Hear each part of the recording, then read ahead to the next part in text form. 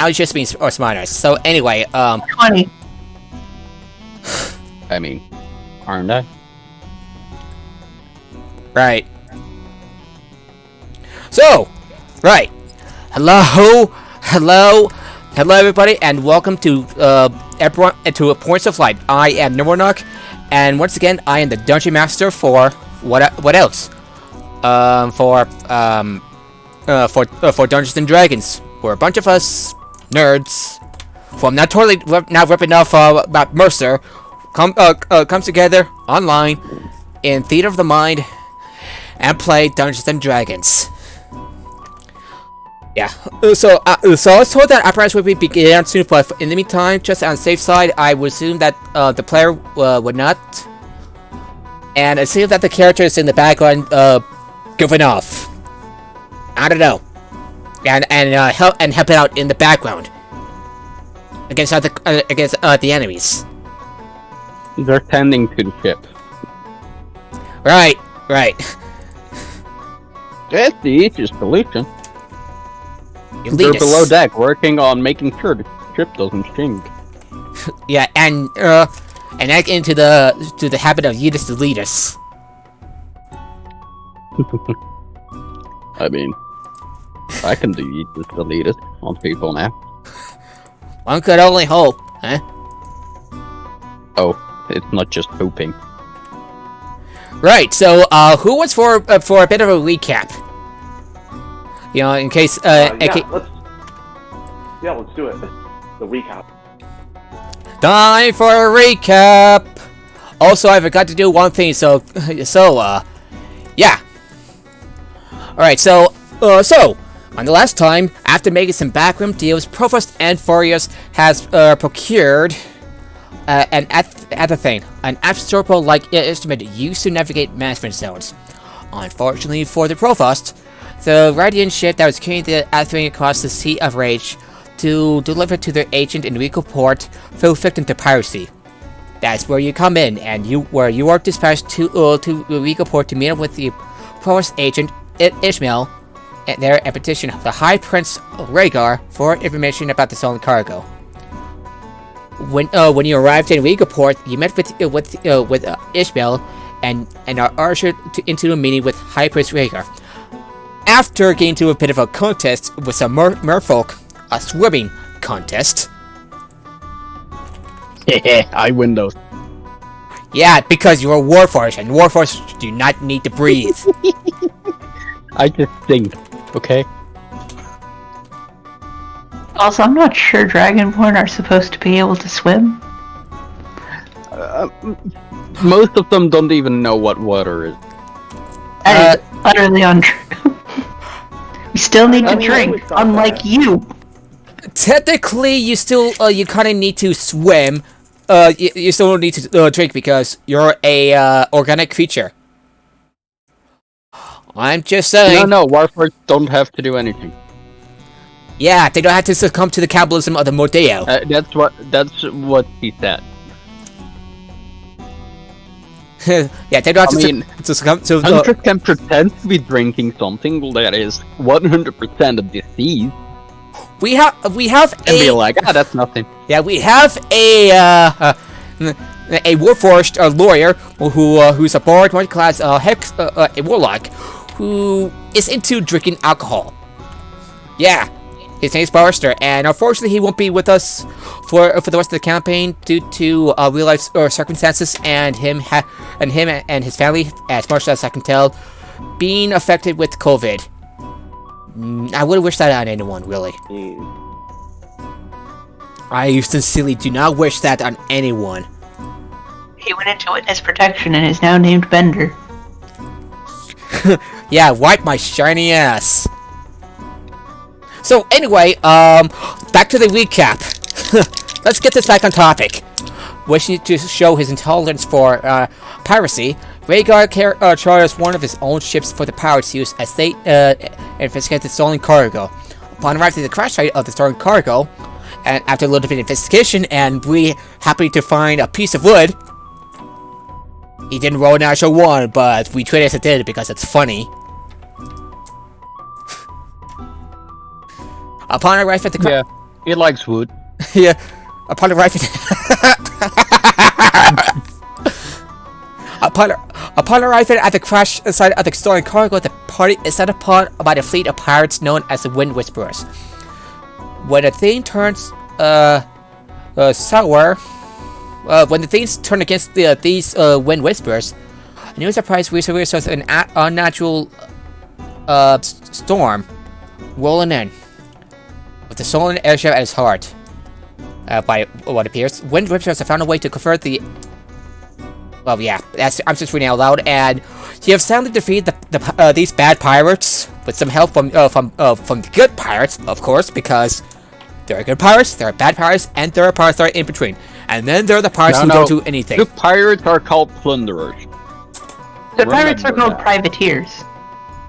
Yeah, you got the good pirates who are the privateers, the bad pirates who are the plunderers, and there are pirates in between.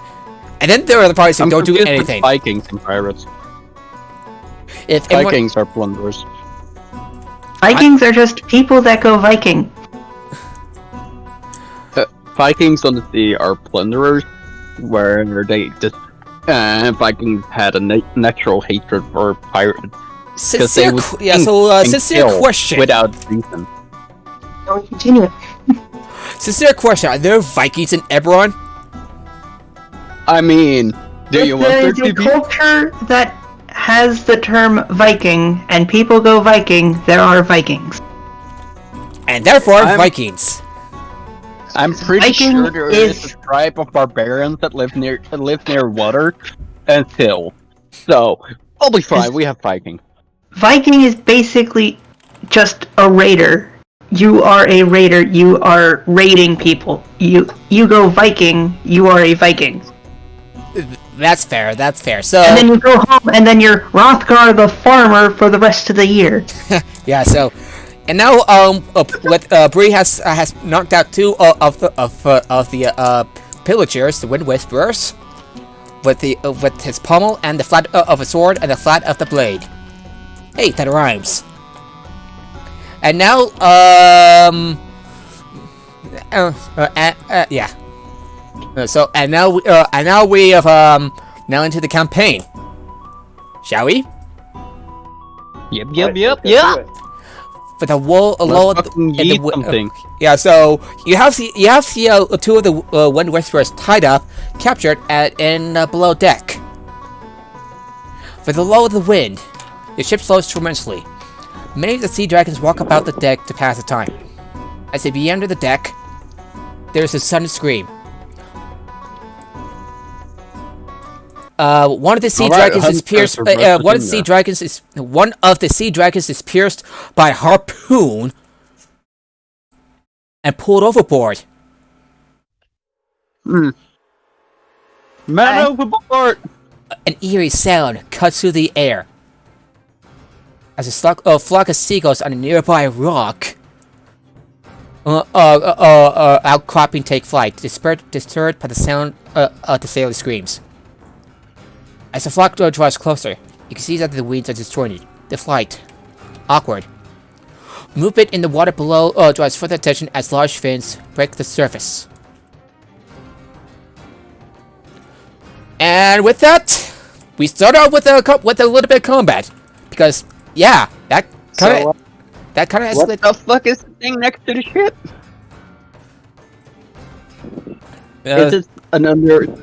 Is it a water creature or is it a boat? Undead creatures. Well, probably undead, as it's in A dirty 20. Dirty 20. Yeah. 3. Yep. Initiative. Initiative. You don't know who you are. You don't know where you are. All you know is that you must kill. Okay. 8. Hey, everybody has their off days. So what happens? You got attacked again by different creatures. Yeah, this time it's fucking idiot water creatures that are undead. Indeed. Fucking zombie whalers. I thought we were finally done with fucking zombies. Can I just rip their hearts out, eat it, and throw it away? Unfortunately, Oh no. no! I have something. I have an idea. Don't worry. One of the raid guards right. rolled an 11. The other rolled a 3. Take solace in that, Bree. Someone's a bit more clumsy. Someone's a bit more clumsy than you. What? Oh, Bree geez, roll sorry. for initiative? Bree rolled an 8. Alright. Okay. An 8? Yeah, you said I think you said an 8. Have you add your initiative? Have you added your dexterity modifier? I mean. Alright, checking the sheet again. So what would that be for bonus? I think my dexterity was... Yeah, +1. Yeah, plus dexterity modifier +1. +1, okay. Yeah, I Fe- thought so. Alright, so Fenfire, what'd you roll for initiative? Oh, 15. I rolled... Oh. As for the Zum, okay, so one of the Zums for short, one of the Zums rolled an 8, so you take precedence, Bree. Yeah, I rolled, Is it possible to I rolled roll a 0 on the initiative? He doesn't participate. He is behind now. I just gotta put that as a 1 just because. Yeah, another one of these Zums rolled a 15. Given that we're just rolling to determine an order, now negative numbers would still be completely viable. And one. Oh shit! The Seagulls rolled not 20, so 22. The what? Yeah, the Seagulls. The Seagulls rolled higher than you. No, I'm asking for the name. The Seagulls. Swarm of Seagulls. Alright, there you go. Alrighty. Well, boy, that escalated quickly. So the Seagulls go first. Gonna. Yeah, second one is right. So Seagulls, Seagull. Yeah. Alright, now it's on purpose.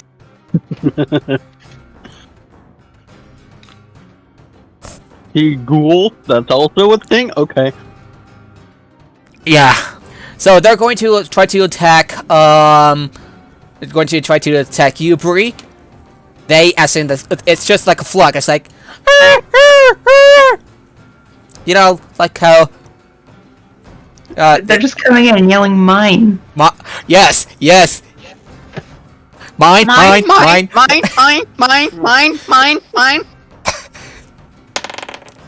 Does a 22 hit? On who? Bree. Alright, so roll another initiative. No. No! What's your AC? What's that? Arm class is 21. Arm class is 21, so they hit you. So Alright, my AC, you said? yeah, 21. Yeah. So 21 is your cloak of protection, your plate armor, and your shield. Oh, okay, yeah, I see it. Yeah, 21. Yeah, so that's a hit. Alright, let's see, I'm at 82 hit points right now. Or at least based on at least what I'm seeing on the sheet. So how many points is that? You take about 6 points of your piercing damage as they'll go like mine, just like pecking at you. Mine. Alright, so, well, how many hits does he do though? You said like Just each one. is, like, It's just 6 points? one. Oh, just one. Okay. So 6 points. Okay, so I'm at 75. All right.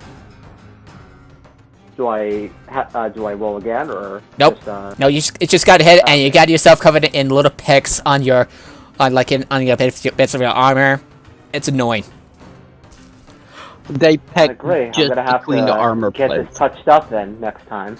All right, so Huntress, you're up. Alright, so I see the fucking shitheads in the water, right? Right. And the fucking undead things. Yes, there are like 3 undead things and a swarm of undead seagulls. Yeah, alright. So, from the water below the deeps goes a spectral blackened hand. A skeletal hand, and I, attack with a, chill touch. Hey, apparatus! Hey there! Natural 20 to open it. Nice! Apparatus, we're being attacked by seagulls and zombies. Roll initiative. Okay. 22 points of necrotic damage. Alright, so I gotta bring up the character sheet. Yeah, I got this. Hey, apparatus. So, want me to send you the character sheet for level 6? I've already done it. Oh, got it. Oh, got it. So, alright. So, what you want for hit points? I rolled a 5, and I have 5 in con, so I added 10. Okay, so 10. That'll be 72, right? Uh-huh. Alrighty. Making some quick changes. You can roll a couple. You can roll your hit points a couple times and take the highest. Nice, so good. Alright, so 72 hit points. Did you roll a couple times? I rolled it once. Yeah, you can roll a couple more times. Ignore ones, and take the highest. So, in the meantime, roll initiative because you're being attacked by seagulls and zomzoms. Yeah, this coming from below deck because there is all kinds of weird noises above deck. Seagull screaming, mine, mine, mine, mine, mine. 4. Alrighty, so you can roll again, like say about 4 times. No, 4 on initiative. Oh, Right. 4. Okay. That fits right in. Yeah, it kind of does. So with the armor class of 20, I had to find a way to well, I came up with a bit of a way. Sneak attack. So so Huntress. So Oh, wait, no. what'd you roll again? Attack. I rolled 22 damage. 22 damage. What are you attacking? Necrotic. Let's say we're just gonna grab the seagulls and squish them in a skeletal blackened hand, like burned, and it's leaking a black tar. Oh yeah. Okay. So the story And like. in place, they can't heal up. So the seagulls screech as the skeleton hand seems to melt them into a black tar, leaving nothing behind.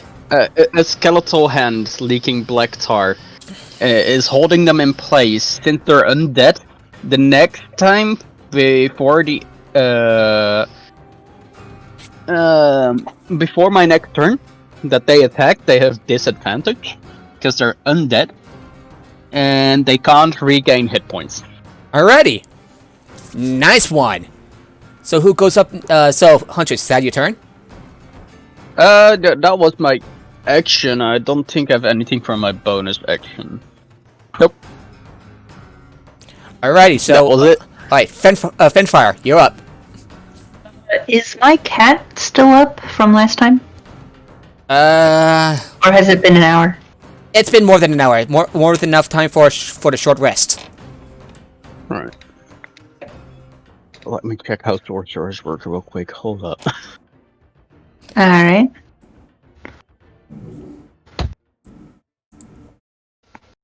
And where are the zombies? They're like climbing out on the edge. They like climbed out on the edge of the deck of the deck. They're on the deck with you now. Alright. Well, I'm gonna hop on my Nito broom of flying and hover over the edge of the ship and fire a firebolt at one of the climbing zombies. Alrighty, roll your attack. Does a 16 hit? 16 hits indeed. 14 damage. Ignoring resistance. Yeah, so one of the zombies it lands. So the fireball lands on these weird looking like aquatic zombies. Like scorches on its scale like flesh. I'm not entirely sure. Like on its flesh. It looks up and stares at you. Tries to reach you, but. Alright, so next up is that it's the zombie you hit's turn. And well, so give me a second. So let me look at. Oh shit, they're large. And it's going to try to see if it can make a harpoon. Yeah, it's going to throw its harpoon at you, Fanfire. Alright. How high up are you?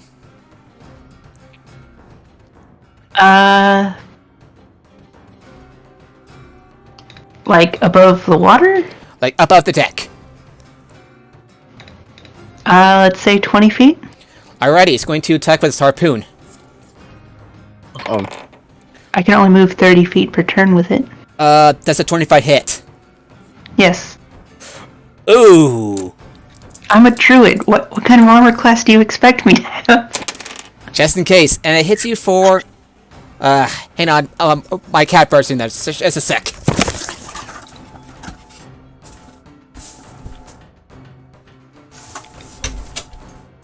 also, if the seagulls get out of my, I love my cat sometimes, range- but I hate my cat at the same time as well. So and it No, I don't. the harpoon No, pierces through you for 9 points of damage, and you find yourself being pulled towards the Zamzam or the zombie. Roll a strength saving throw. Fanfire? Oh, yeah, no, Rick. Okay, 48. Yeah. So 17. You managed to clean onto your broomstick as the zombie pulls towards you. As it does so, it walks aside over to Huntress, to one of the bodyguards, and attacks with its bite. And Yay, misses. split attacks. Multi-attack. Isn't it fun? Always fun when when an enemy has multi-attack. No. Yep. That's always fun, being able to shoot everything.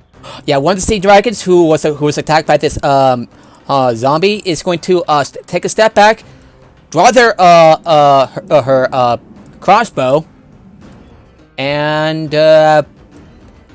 fire. No, that's not a crossbow. It's going to draw her scimitar and attacks twice. Dirty 20 for 8 points of damage. For 8 points of damage as she slices up that zombie like it's no tomorrow. And rolls again. Misses, unfortunately. Okay, so who is up next? Bree, you're up. Alright. Rolling now. You're surrounded by seagulls. What do you do? I'm sorry, repeat that? I didn't hear that. You are surrounded by a swarm of undead seagulls. What do you do? Trying to... Sorry again, it was a hearing issue. I know I heard dead seagulls. I'm trying to take something from them. You see... I see dead... You see dead people. Undead people. So you are surrounded by undead seagulls and some sort of like sea-like zombies. By any chance, can I try sneaking around them so I don't? It's kind of surrounding you and it's both flanking you as like you're surrounded by these seagulls, those assholes. So I guess I try to at least attack the ones closest to me the best I can. So the seagulls. Yeah. Alrighty, make your attack. Eh, I got 18. that hits.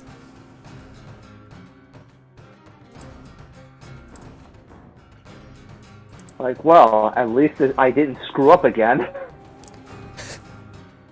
Alright, so what do you go for damage?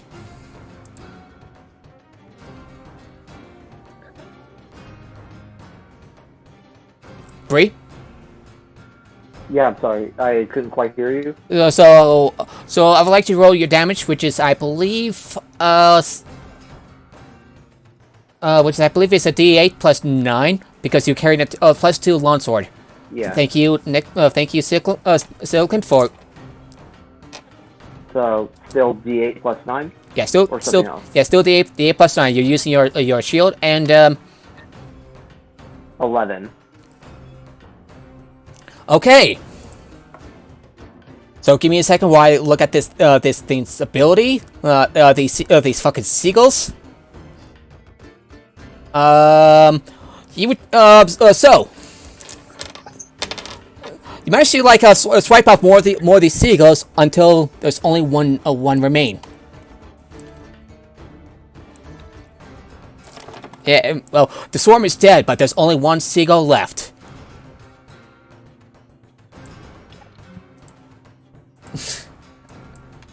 And that one seagull still held on to by his blackened skeletal hand dripping tar. Alrighty, I'm gonna count that. Okay, it's gonna occupy the same initiative slot. Just saying. Yeah, no worries. So you can make one other attack. You see one of the zombies pulling on trying to pull on Fenfire. Do you attack it? Do you attack the last seagull or the zomboid? Bree, can you hear us? Yes. Do you want to I attack? can hear you. Do you want to attack the zombie that? Do you want to attack one of the zombies or the last remaining seagull? I'll take out one of the zombies, since they're at least a bigger target. Alrighty. Alright, so roll d20 again? Yeah, roll d20 plus 11. Can you handle this? Alright. 16. 16 hits! God damn, you're unaware despite your low initiative. I know.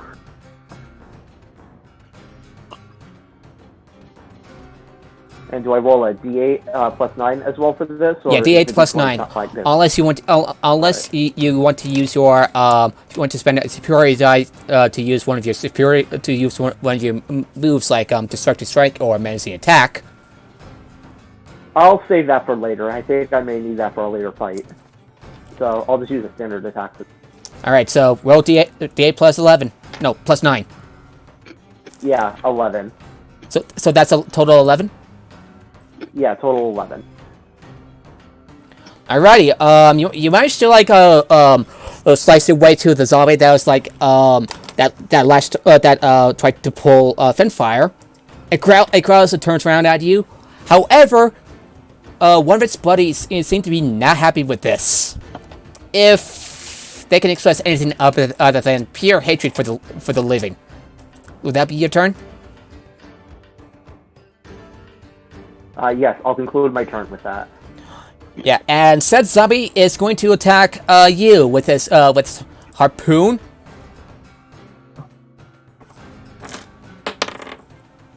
And misses. It tries to latch onto you with his harpoon, but you deflect it off with his shield at the right moment. And then it charges at you and tries to bite into you. Also misses. I hate to be that thing, know what I mean? Yeah.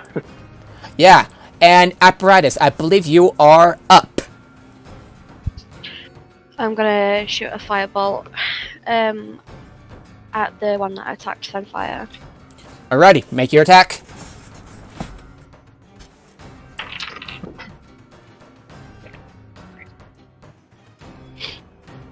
17. 17? Yeah, 17 definitely hits. Okay.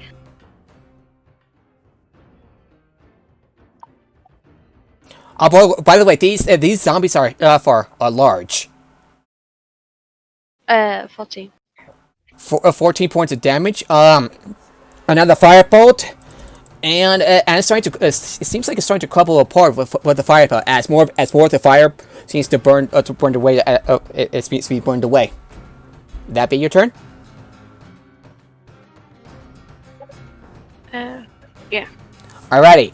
One of the wing guards is going to finish off with. Yeah. The attack hits. He slices off in two, and the zombie comes down crumbling. Wait a minute. So 9. Wait a minute. Going to roll for damage. 5 points of damage. It's going to make a Constitution saving throw. Unfortunately, it didn't make it as one of the wing guards slices it down to pieces.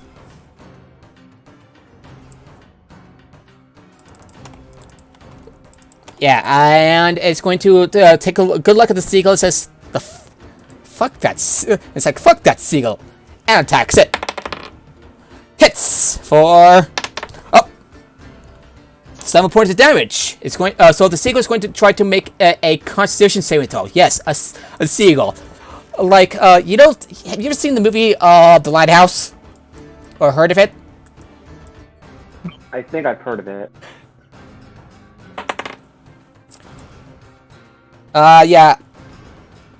Yeah, unfortunately, he grabs the seagull and tries whacking it. But that damn seagull wouldn't just stay dead. That ends his turn. My cat is in my room. It's adorable. Yeah, and one of the mellow zombies, seeing this, Meryl. They're called Meryl zombies. Sees this and attacks one of the wing guards. Attacks the wing guard that tries to attack the seagull. Probably because in another life he was a sailor who was watching over who was at a lighthouse and did the same thing. Must be reincarnation karma. For nope, misses, and also misses. Harpoon and another bite. It seems to miss. Alrighty, so. That is so great. So, and Huntress, before you, and before it's your turn, one of the Steam Dragons bellows, someone send these damn things back to the depths! To the ballista! Alright. Well, if the seagull's gonna attack anybody, it still has disadvantage. Oh yeah, so yeah, one of the seagulls will try to attack, it can't heal back up, by the way, cause my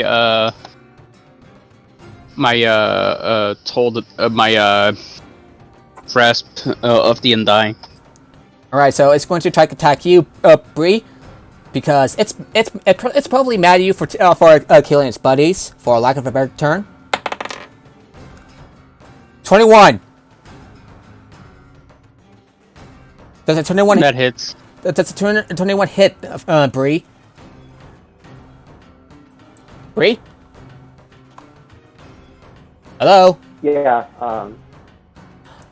Plus 21. Yeah. So the last sequence is mine. Tries to peck onto. No, actually, it's going to get an opportunity attack from the wing guard first, and that's a hit. For 7, it's going to make another Constitution saving throw. Unfortunately, it makes it, and it slips out of its grasp one more time. Whack. This is so wrong, and it goes like, what? Mine. Tries to peck into your face. And you're just like, ah! Try to get away from your face because it's pecking at your face. It's annoying.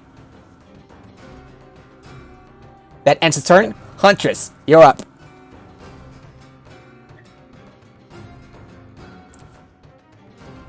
Huntress. Oh yeah, fuck. I was talking about my mic muted. Oh yeah, that. So, seeing there's only melee left, except the seagull. Fuck the seagull. I run up to the zombie that's attacking Fenfire and flank with Fenfire. Actually, And that zombie is dead. Are there any zombies that are attacking anybody? One was attacking Bree, and the other it was attacking the Wingguard. Right, I'll attack the one that's attacking Bree and flank with Bree. Alrighty, so you can make a snake. You can make a snake attack. With the, you can make an attack. You can make an attack. I'm gonna stab it with my arm blade rapier.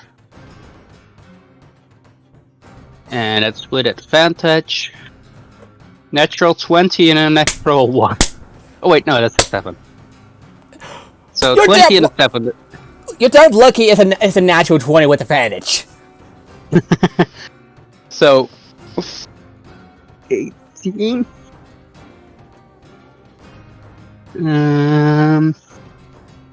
So already 18 damage. Now the sneak attack crit.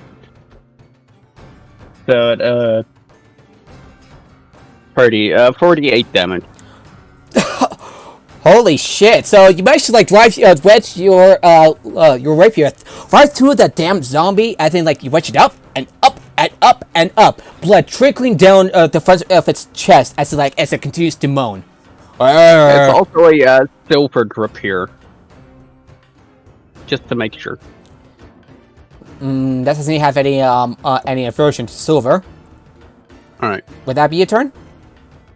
Nope, that's just my action. As my bonus action, I pull out my hand crossbow, bolt loaded, and I shoot the seagull. Making an attack. Alright, fuck, where's my... there. Alright, after my action of nuking the enemy, I'd like to use 24. the bonus action to fire the second nuke. 24. 24 hits. Roll your damage because it's a zombie. 3 damage. Unfortunately, It's 3 damage. unfortunately, even the seagull is still standing. This is one incredible seagull. Not gonna lie, but that's my turn. Okay. Gotta quickly bring my cat downstairs. Alrighty, so Finfire, you're up. So what enemies are left? There are two of these zombies left and one surprisingly tough seagull. Smite it. Oh wait, we don't have work. I'm sorry. I swear, I'm just gonna keep whacking it.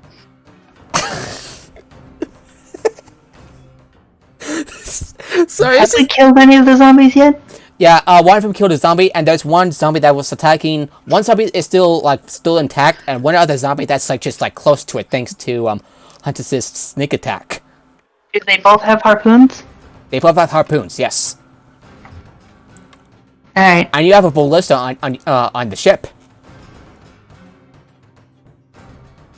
Yeah, but I'm almost a ballista in of myself. Fair enough.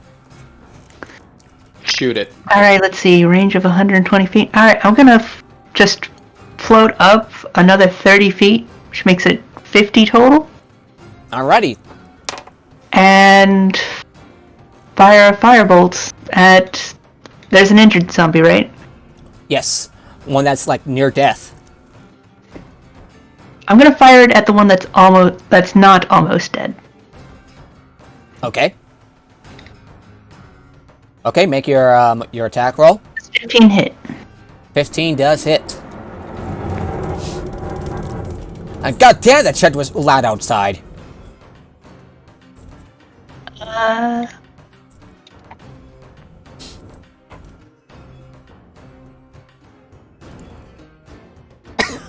16 damage.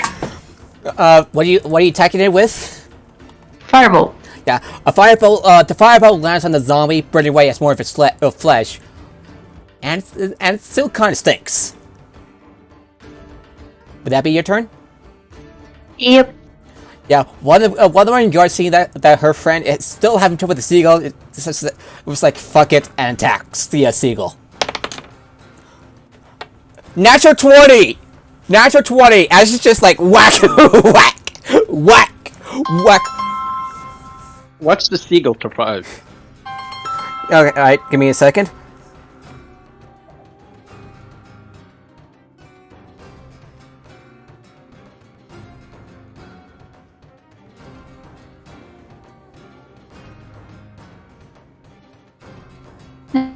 That's so sad.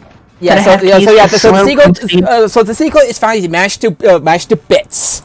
She's just like grabs the seagull and just like whack, whack, whack against the side, like the edge of the of the deck, on the wall of the deck. That has gotten pretty dark. I'm not gonna lie, that's gotten pretty dark. Yeah, if my character was ever cut in half, they'd be able to go 50 feet per turn with their broom. Yeah. Okay, and then finally having enough of that fucking seagull, she's going to attack the other zombie that's near death. Misses. Because of course it did. Of course she did. So, misses as somehow the zombie just like shambles to the side. It'd be like the hit it, but did nothing. Yep. Yeah, or they hit. No reaction of the zombie. It's disgustingly resilient. Yeah. Bree, you're up. All right. Bree. Yeah, I know. I heard. So are the zombies? I guess they're still around then. Yeah, they're still around. There's like one that's kind of injured, and one that's nearly dead. Well, dead for a lack of a I'll take the one that's more injured because the one that's injured could still pose a threat. So I'll go against. Alrighty, so make an attack roll as you approach one of the zombies and you attack. Make an attack roll. Yeah. 27. God damn! That's a hit. Alright, I'm back. I got myself some lasagna Okay. now. And my D8 is 13. Yeah, you finish off with one. You cut by cutting off its main arm, the one that's holding the harpoon, and tumbles to the ground, dead. You can make another attack since you have extra attack. Go whack the other one. So, are you going to attack the other one? Bree? Can you hear me? Yeah. I thought that concluded my turn. No, you have one more attack. Yeah, Oh, two okay. attacks. Fighter, each attack action gives you a couple swings. Oh, okay, perfect. So you can make one more attack. 31. That's a natural 20! Yep. Oh, I'll tell you, The Alright. zombie explodes. Alrighty, so make D8 and double the damage die, and then add a +9. Yeah. 14. 14. So you want a 5, that would be a 10, so a 19. No, it's like 14 in total. Oh. Like my D8 is 14 in total. D8. So okay, so Yeah. so if I subtract the 23. 23. God damn. Zombie. And 23 actually like lopped off one of its arms and exposed its guts by slicing it across its belly. It, not slicing, but you sliced it, exposing its guts. Nice one. That sneak attack really hits different, does it? It certainly does. Apparatus, you're up. Is it still alive? Right? Barely. Okay, I'll do another fireball at it then. Alrighty, roll your attack. It's 118 on the dice. I don't even need to. Yeah. Add my. Yeah, so that's the hit. Please roll high. Yeah.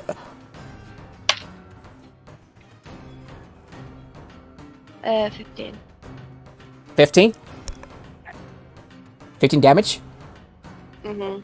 Alrighty, with one last fire bolt from your wand or tool of choice, you manage to burn down the zombie as it lets out a wail. And it clubs into a heap of ash. And now it's dead! So, Yay, we killed them. Alright, so let's Again. switch back to the other music. The sailors, the sailors like cheer for you. Yay! Yes, yay! The crew is thanking for your help and awards you with 100 gold total and a bottle of salsa for helping to thwart the undead. So for each of you, I would like you to add 25 gold to your sheet. Alright, 25,000, right? 25 each.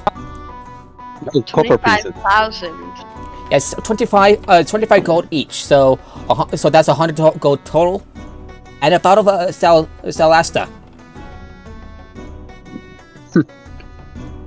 Yeah, no, I was saying 2,500 copper pieces. Okay, fair enough. Everybody ready to move on? Yep, yeah. Soon as I still want to inspect the bodies, see if they have anything interesting on them. they're wrecked beyond use, and the seagulls that have been like mutilated, and one of them especially mutilated because holy crap. Superstitious sailors probably would want them off the boat as quickly as possible. Yeah, so they basically just push the body threw the bodies off the deck. There's Before no they way do to loot that, them. Do they have any clothes on? Unfortunately, the sailors were in a bit of a hurry to throw them off. So, I'm sorry. Before they would throw them off, I would have inspected them for any valuables, any small little crystals, things like that. Yeah, I would have told them to wait and then just taken some cloth off. I would like You can't apparatus. I would like you to roll a medicine check. What are you trying to do again? Just trying to get some clothes. Some clothes. Clothes, yeah. 10. Oh well, they're undead, and they're quite large for undead. Not exactly human, and quite large too. And you grab their clothes, you say? Or I just want to take a tearing off of their clothes. And you quickly tear a piece of cloth for whatever, for perhaps a spell component. And you like put it into one of your pouches. Alrighty, so everybody ready to anything move? else stuck on the bodies? Like, do they have an accidental dagger anywhere? No. Alright, that's all I wanted to know. Alrighty. I'm collecting daggers. I only have 7. Alrighty, so soon after defeating the undead, the wind picks back up, and the vessel returns swiftly to Regaport. As soon as the High Princess Dragonite is in view, the crew sends a silly pagan as an animal messenger. Carry an update straight to High Prince Rhaegar. Malleon's bastards weighs anchor beside the flagship. Excuse me. There is a somber atmosphere as the sailors reflect upon their fallen. As you disembark, you are ushered quickly to Rhaegar's chamber, where he sits surrounded by attendants. The prince pats the pigeons resting on his hand and speaks softly but with a serious tone. Bahamut tells me that you have encountered the Wind Whisperers, and that they have a new edge in the sky. Please, tell me what happened. I mean, we found them out of a rat. And, So we did our thing. We have 2 captives. And Bree, since you're kind of the face of the party, right. Should I? Shoot, trying to think of what I should do. Retell what transpired in the last two encounters. Maybe even embellish it a little. So yeah, we were surrounded by a whole bunch of undead birds, you could say. And so with them, I basically went in and I just destroyed the lot of them. These guys over here were kind of just being like laid back and doing their small bits, and meanwhile I'm going through all of them in the most fantastic way possible. Like, I'm talking about, like, I'm basically splitting them completely open with one strike each, and meanwhile, they're just there, just only doing their small part with a small... While So he's telling all this, by the way, while he's telling all this, Huntress uses minor illusion to show it all off, as Bree's telling it. Yeah, and also, Bree, I should remind you about your fight with the Wind Whispers and how you captured two of them. Bree's not in the call now. There's He Bree. disconnected for a second. Welcome back. Yeah, so Bree, so I would also like to remind you that about your fight with the Wind Whispers and how you've captured two of them. Yeah, so I did manage to capture two of them with at least a really good amount of skill, if I say so myself. It was a really hard-fought battle, and it was definitely not easy, but thankfully I managed to capture them. Huntress shows some explosions in the sort of hologram of the event. I would like you to roll a performance check, charisma, with advantage, Bree. Charisma check. Okay, Yeah, checking character sheet real quick. Alright, 16, and it's every 2 points gives a +1 to dice roll, right? Like, it's at 16, so that would be +3. Yeah, 16 plus 9. Oh, so it'd be +9 instead. So performance. Yeah, so basically just a flat 3, a flat +3. So 16 plus 9 is a 19. All right. So what I've left +3 is my d20. Yeah. So yeah, a d20 plus 3. Okay, just being sure of that, because I'm still trying to figure out how some of the skill checks work. And did you roll with advantage? Is that with advantage? Is that your first roll? I believe so. Yes. Yeah. Roll again and take the high result. Okay, so... Alright, so 15 on my first roll, and 13, so I'll stick with 15. Alrighty. All the Gathered Sea Dragons smile and applaud the tale, including the captain. And some silver pieces are tossed, have tossed your way. So let me roll the dice. Where's the D100. 4, 8, 11, 12 silver pieces are tossed your way. Huntress grabs 4 of them. So that'll leave 8. Would you also like to roll a d6 as an action point? Basically, you roll d6 to your roll, Bree. Okay, sorry, can you repeat that? You're welcome to spend an action point to enhance your result. And I'm gonna say that this is the outcome I'd has. like to use it. Okay, you can spend an action point. That'll be 5 plus. Your total action points are 5 plus half your level, so 8. You spend a action point, putting it down to 7 action points. You get them back once you level up, and more. So roll d6. Okay, perfect. D6. Yeah, d6. All right. I got 3. Alrighty, that's a total of 21. For especially for 21, 22 for the first roll. And not only were they applaud your tale, they are also quite inspired by your silver tongue. And with a little bit of last minute saves and some smooth moves, glasses are raised in your names. and your tails have could be heard all the way to the drowned rabbit, and growing larger in the tailing. Your drinks will be paid for, and as you explore and you go on with the fleet, you find that the few of Rhaegar's fleet would like you to give you any of you tattoos, sea dragon tattoo, or for apparatus, the equivalent of a tattoo. What does the tattoo look like?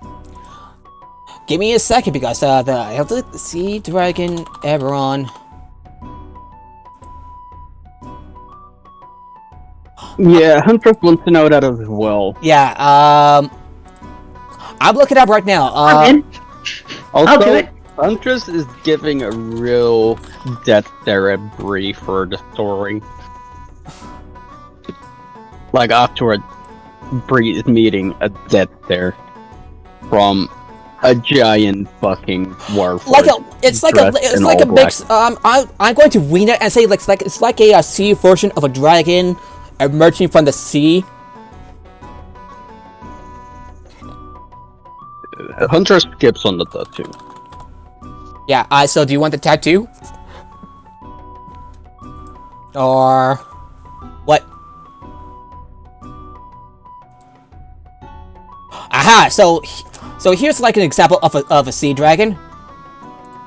So I'm gonna copy the image, and this is always what I have in mind.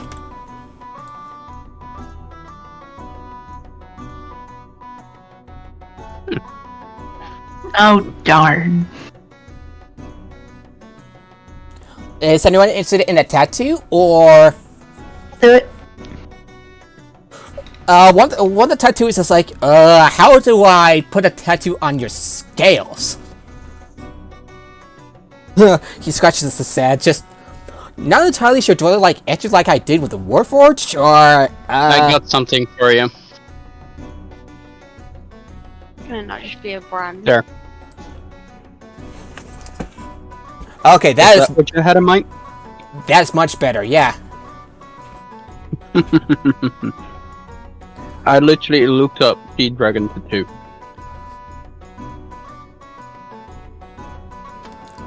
Yeah, so Huntress nabs 4 silver pieces, and there are now 8 silver pieces left. Who would like to take the remaining?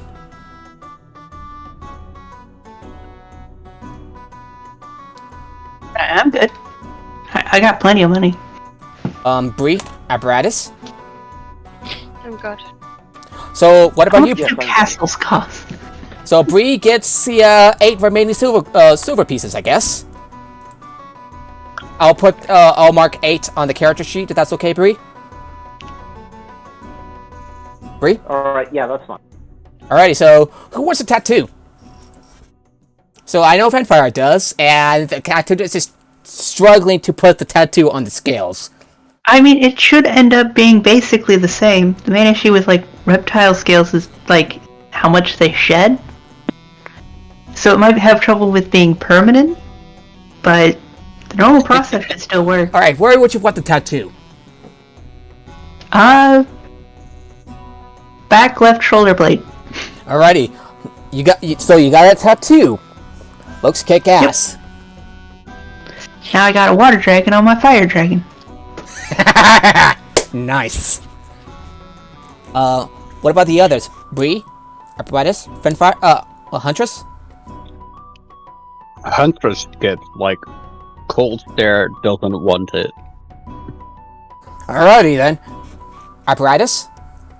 Instead of an actual tattoo, can we just put it in a branding and then put it on the inside of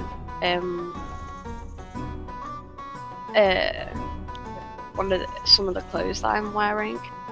Alright, so it kind of like not on his shoulder, but a bit of like makes a mark like inks it on your shirt like thing.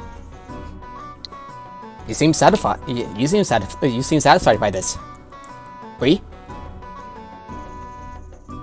Yes, I'm satisfied. And Bree, where do you want a tattoo? So where? I think I'll forego the test. Not really my. As the Ruin Guards bid farewell to you, and you make your way over to in the meantime, the Ruin Guards who've been helping you, all of you, bid farewell. And We bid you farewell. I'm just gonna do a small gesture of a wave to them and a nod. And after this is all done, Rigo speaks to you again. And after the tale has been told, to be more specific, you'll be meeting again with Ishmael. He is to take you to Alice de Landar, liaison for our house and my principality. I've been working with the Landars to improve these isles, and they have recently begun construction on a docking tower for new airships. They will certainly wish to know about the threat of the Wind Whisperers. I thank you again for your effort, but your tale has more that has yet to be written. If I were to spare you, and may we meet again sooner on happier tides.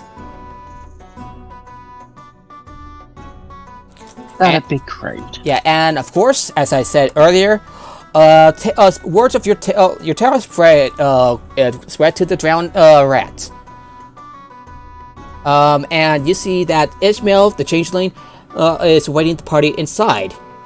And he sees that several revelers are dipping in their cups.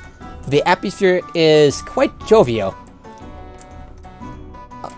Also, DM, Fenfire is having internet issues. Shit. That's alright. There she is. Okay, there we go. Alright, so, who's the most outlandish of the group, by the way? Because you say a rotund dwarf approaching which one of you? Which one is most outlandish? I mean, a hunter doesn't seem to fit in anywhere with her attire, or a lack of. Or Fenfire, or Bree, he approaches either one of you. Hey, would you like us to join in our dance? He says, just like stumbling about, a bit on the side of shit-faced, drunk. Can we do a drinking competition? Oh, please let me do a drinking competition. I would take all of you onto the table, and then some. I knock on the dwarf's shoulder, and I lean down a little bit. Lean down on my knee on one side, like, hey, you want us to drink some beer? See who can drink the most. Alright, so you and maybe Fenfire decides to join in the fun because it's a jovial attitude. Why not join in the fun? But can we make it a competition? Bets on to win. Alrighty, so drink. Alrighty, so Bree, so you and the dwarf has gotten a bit of contest. You sit down, mug full of ale with a audacious grin on your face. Huntress wants to. Can I put 15 gold towards Huntress winning? Wait, who's Huntress wants to take the place of Bree. Bree, would you like to join, or would you rather have Huntress go in your place? I'll definitely join it.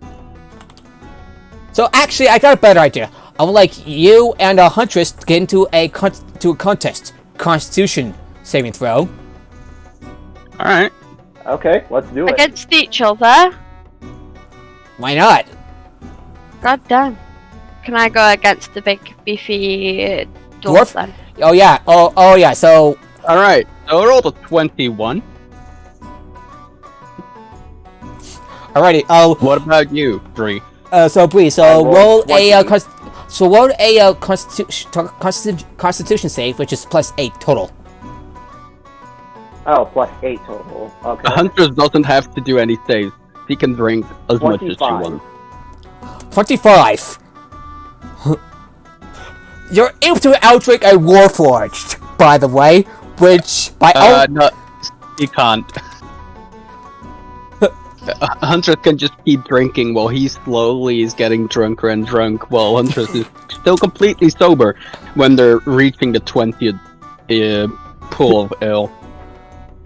Huntress doesn't have to make safe even with a couple against it. drinks, you start to get a little tipsy, but you're still holding on.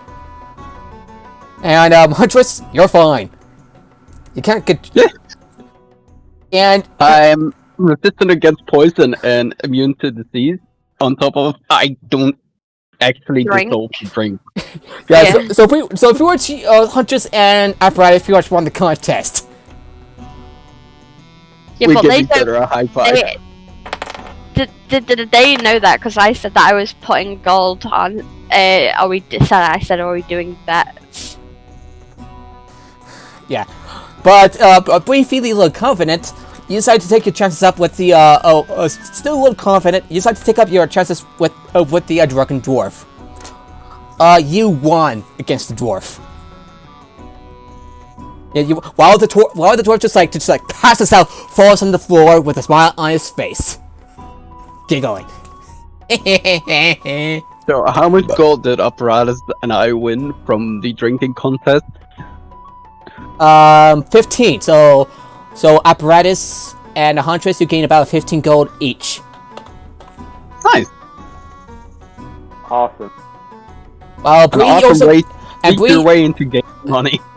yeah. So Bree, you keep the same amount of money because you lost against the Warforged because what the hell, and you won against a dwarf. Still impressive. Winning a drinking contest against a dwarf is one of the most impressive things ever to a dwarf. The dwarves are kind of different in Eberron, so without further ado, That never changes about a dwarf. If you can beat them in drinking, you earned a little respect. yeah, you Dwarves never change. so you see Ishmael has made duck through the revelers and set up a table for each of you. You got it sober, by the way, Bree. So you're good. You and the Changeling sit together at the table, and he begins speaking. A little dragon has filled in on what's been about. Terrible business, the Wind Whisperers. Bunch of outcasts. That puts this whole ordeal into the hands of Lady Aliza. Why have you been out? I've been trying to find out more about your missing at the vein. If the rumors were true, and this hurricane boat's very ill, the Whisperers that stole your relic have... Hello? Hello? Alright, I'm back. Alright, so if the rumors are true, and this hurricane boat's very ill, the Whisperers that stole your relic have... twiddle with it. The Captain is a fierce one, daughter of Prince Brightwind. He's the leader of those wayward storm children. Enjoy your small victory, my friends. We'll soon be off to the tower where Lady Aliza has more information than old Ishmael. Right, so, what are we supposed to do? You can buy supplies, and on the way you can overhear some rumors. Can I buy I'm listening. three just normal bags? Three what? Just normal bags. Alrighty, I'm gonna look at how much they cost. Just look for a bag of holding, honestly. You already I have a make bag. those. As He's probably looking for something to turn into bags of holding. yeah, as my level up, I chose bag of holding, that I can make, which I can replicate. Just to point you out, you already have a bag of holding from your earlier adventure. Remember?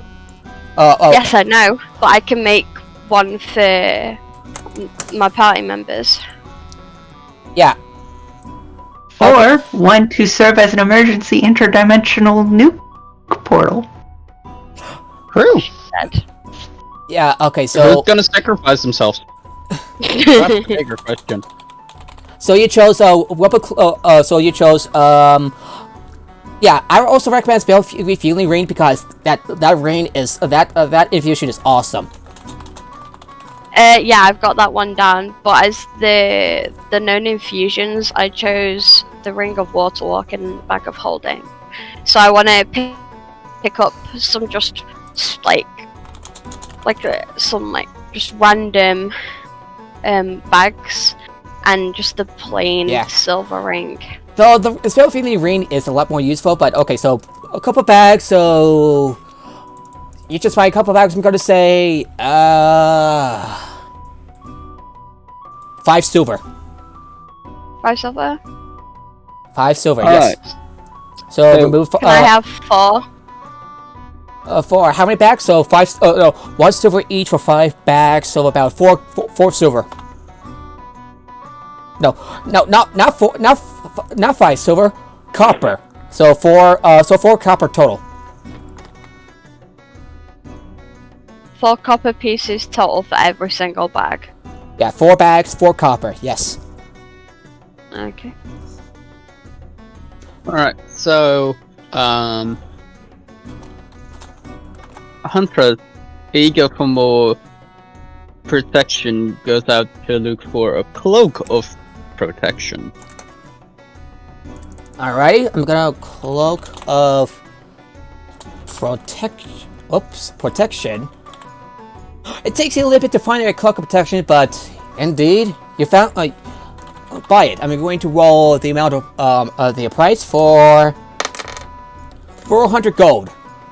No, yeah, 400 gold. Huntress wants to negotiate. Alrighty, He is a very intimidating character, who just helped free a lot of water. roll persuasion with advantage. Alright, persuasion with advantage. Ha ha ha ha ha. You're not scaring them. You're I think you're 200. I think 200 sounds a lot better. 17. fair price, and since since I've heard of you, yeah, you're technically not intimidating the shopkeeper, but you're reminding him of your deeds at the high seas. Is that fair? Yeah. Alrighty, so If you want to intimidate him, we just use minor illusion to make everything go spooky around their head. But she didn't do that. So 200 gold pieces for a cloak of protection. 200. Do I have a hard bargain? 200. Oh, alright. Well, it means I can help protect everybody here. Alright, how many magic items are you tuned to now? If I tune to it, 2 arm blade and cloak of protection. Alrighty, so that adds. I now have an armor class of 19. Yes, indeed. I'll be updating the character. I'll be updating everything. So. Alright, Oh so yeah, and I gotta heal up since we had a short rest. actually, I would count this as a long rest. So everybody, poof, nice. you're healed. So Bree, you're at 82. Finfire, you're at 57. Everybody else's hit points are now restored. All your abilities and everything, and your healing dice too. Oh, I have spell slots again. Oh, I want to be level 3 in Sorcerer. Because then I have Sorcerer points, and I can actually twin spells. So I can use 2 things at once. Bree, so Bree, you overheard a bit of rumors here and there. I would like you to roll a charisma investigation check. Roll a persuasion check. No, charisma investigation. Oh, charisma. Yeah, basically just a flat charisma, just a charisma check +3. Okay then. I got 12. Alrighty, you hear just all sorts of things. A white whale it was, bigger than any ship in the fleet. One says, another replies, Shargon lost it to his cousin, the keeper, you see? And that is why the dead swim near the great tide. A third, someone else says, "Why, it's them. Surely it be. My sister's husband's friends said they wrestled the daring Dar." Fourth, you hear a fourth rumor says, "Nay, a black whale. A whale. I hear that's what swallowed that lion Warforged and the Toymaker." And another one says, "Sure as the sea, the witch gave them the mermaid legs to walk among men, and took her voice for the price." And one more outlandish rumor is like, well, I heard that two men who were drunk off their asses. The two of us was supposed to be around a lighthouse, but the next the next people who didn't come because of the severe storm. So they got drunk. They insulted each other, yelled at each other. One unfortunately really bad, and one killed the other. This young lad, I think. Apparently, he got mad and looked into the light of the lighthouse. Died tumbling down and devoured by seagulls. Not the best way to go, if you ask me. Like seagulls. I just saw a bunch of seagulls. Oh, one of the pirates turned to you and raised a mug in there. "Hey, it's Bree Cliffwood." Yeah, it's Bree Cliffwood. And there's Huntress. And there's You can guess that Huntress is still salty about what happened.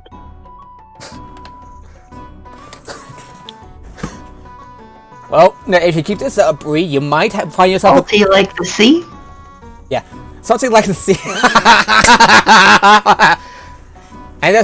and when the pirates recognize you, also recognize you, Fenfire, and raises a mug in your name. Hey! And the rest join over there. Hey!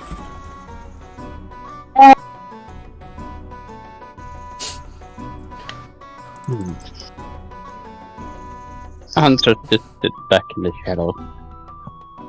I'd like to down a jug of ale and breathe fire into the air. The rest hollers. Woo! A lot of the pirates just holler. Hollers as you breathe fire. It's like woo! The fire suddenly changes color to light green and then goes to the color dark purple before Oh God, I the got fire the green and dissipates. purples. I need to go to a doctor. Nah, you're fine. It's just Huntress messing with everybody. It's the green and purples. It's a deadly condition. I only have hours left. I mean, Huntress slipped out her rapier, and her blade instantly catches green fire. Oh no, And you have it too. It dissipates as the arm blade goes back in. Apparatus. So Apparatus, do you think anyone would recognize you? Is that? Hey, it's the good Warforged. Look over there. Look. It's and she passes out and pukes and pukes. I'm gonna step I out of the still way. can cast message. I'm gonna step out of the way of the puke. Just in case. You know, it gets anywhere near me. How many people Apparently, heard it? yeah. Words of your deeds, even outside the principalities, have spread far and wide. Well, at least to multiple nations. People are starting to recognize you. And of Cole, you've been hearing words of So give me a second. You've been hearing of words of this of the butcher of Angkor Vol. You also remember that Cole was there as a terrain for at the behest of his mentor and Laura. I would like you to roll a history check, Apparatus.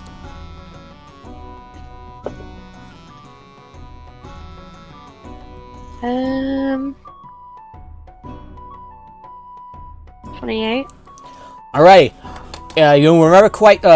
So you recall. So you remember in the newspapers and such that of various tabloid newspapers or have make especially some from from Thrain, the force of Thrain have made outrageous claims about Cole Brandt, who they dubbed the Butcher of I'm just like reading at this point. So Encore Vol, who are said to have cut down 2 innocent people while he defends the nefarious Blood of Vol.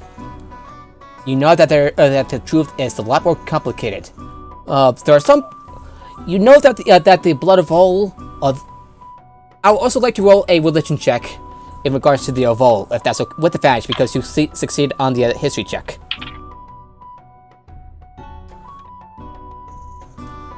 $19. Yeah. Although the Vol have been involved in some shady business, you recall that there are some branches out that are more benevolent. So it occurs to you that Cole has defended a what appears that has defended a branch that's basically conducting a ritual to with temporarily revive one of their lore keepers, so the lore keeper could pass on knowledge. And what you also remember, and from what Cole has told you, is that the mobsters were hardly innocent, in its own words. Although that could be disputed. Nice callback, no? I didn't hear that. Sorry, what was that? So basically, there was a bit of a riot at Gallows in Thrain as usual. Cole and Celeste has defended a local chapel of the Blood of Vol, but this group of Vol worshippers are a bit more benevolent and more innocent compared to the others you've heard about.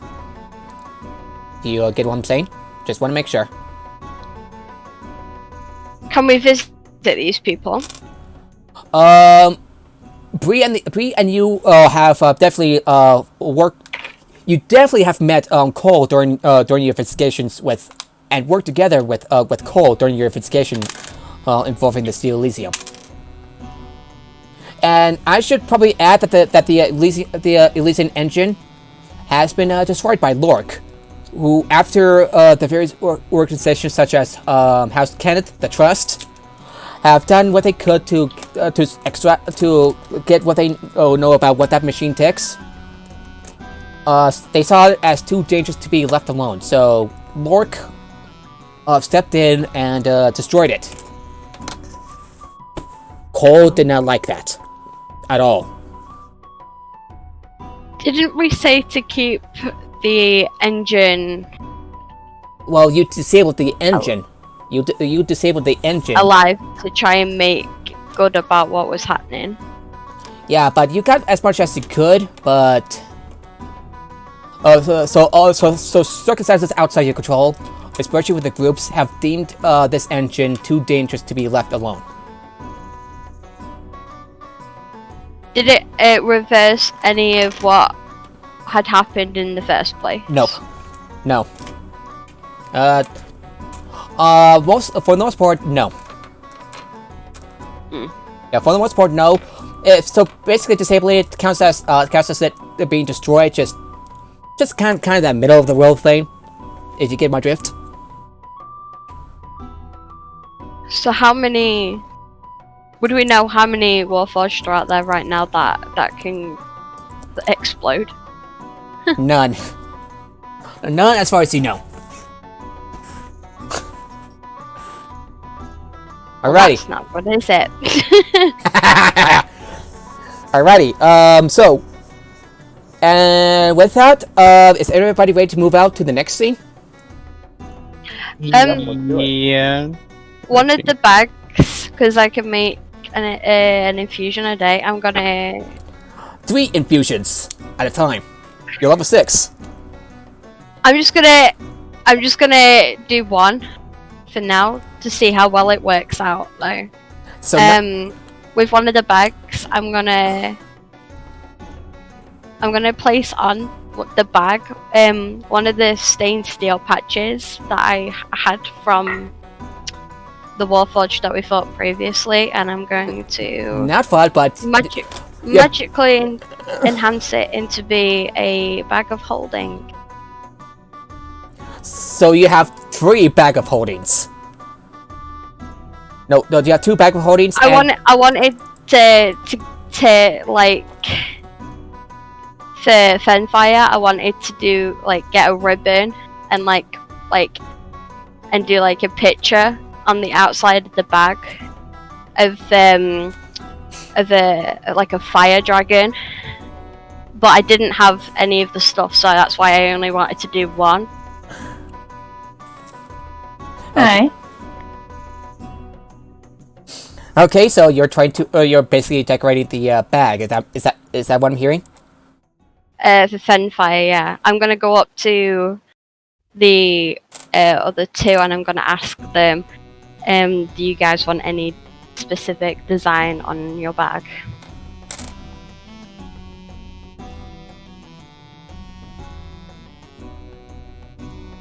Fanfire. And Bree, I assume. Yeah. Yeah. Design on my back. Huntress already has the bag of holding. It's the bot one. I'll And make sure I have my bag ready to give, so she can, or they can.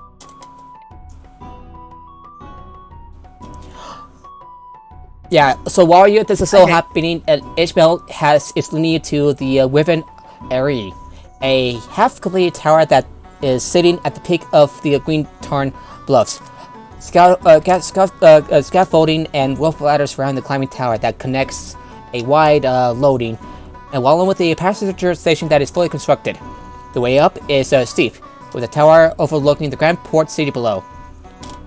When you finally reach up to the tower, Ishmael shakes his head and says, "I'll see it when there are stairs. Ropes and I are no longer friends." He has a peg for a leg. That seems to be quite obvious. A peg for a leg. Well, we could just carry him. So he bids you farewell, and he makes his way back down to the jeweled seat below. So we could carry you. He noped out immediately. Yeah, it's like somewhere in the middle of the Greetings, murder hobos. We could carry you. I'm leaving. I don't know why my diamond keeps changing to worth of 5,000, but it's only worth 50. Okay. So the peg leg changeling leaves, and it's still the middle of the afternoon. You can smell. You can still the smell of salty water, the ocean, lingers in the air, and you hear like seagulls just like as they fly above you.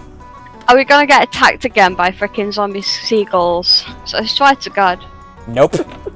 There just seems to be ordinary I'd seagulls. love to. They were fun to fight.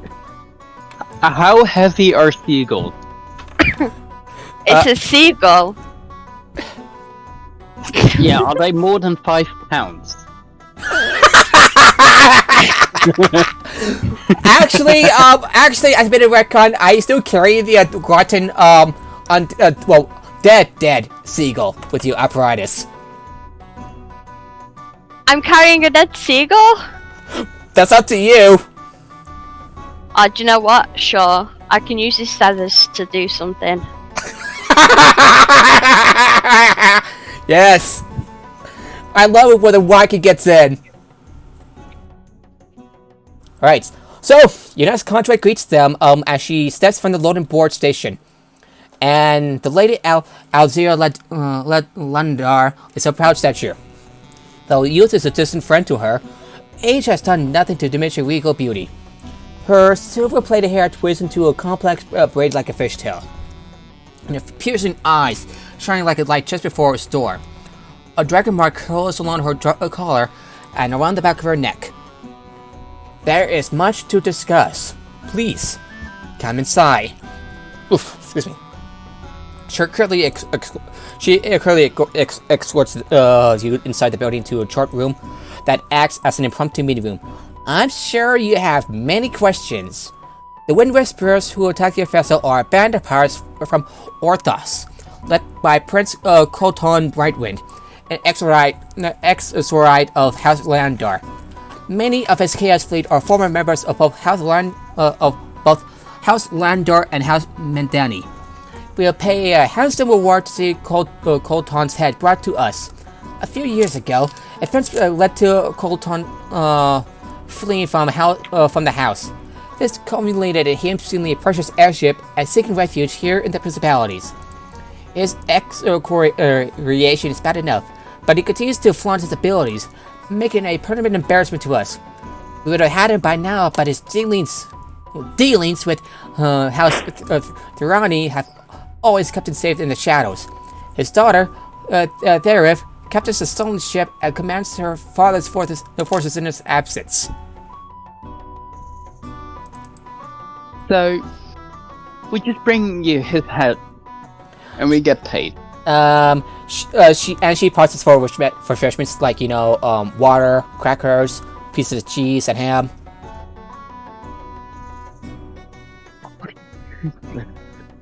Eating things. Yes, we eat. Living things require food to live. Otherwise, I know, but it seems so useless. Oh, you're a warforged, so.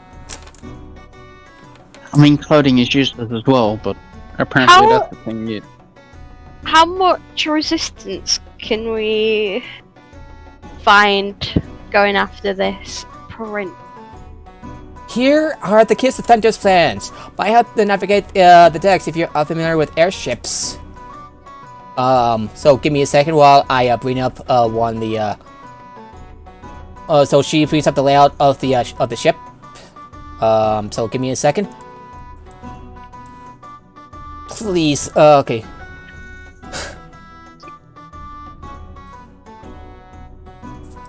So check out the. That looks like a dick with 2 tips on the side. Wow. Sorry, I can't unsee that.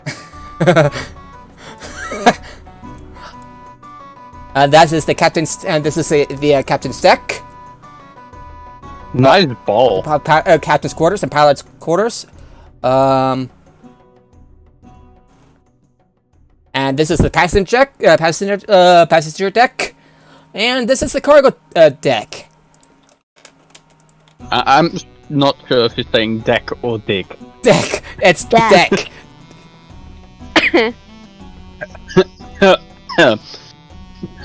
Actually saying Richard? They look like Yeah. spider webs. Well, this blueprint managed to happen. No, they're nets. I think they're just nets. You're probably. Fair enough. They're probably nets.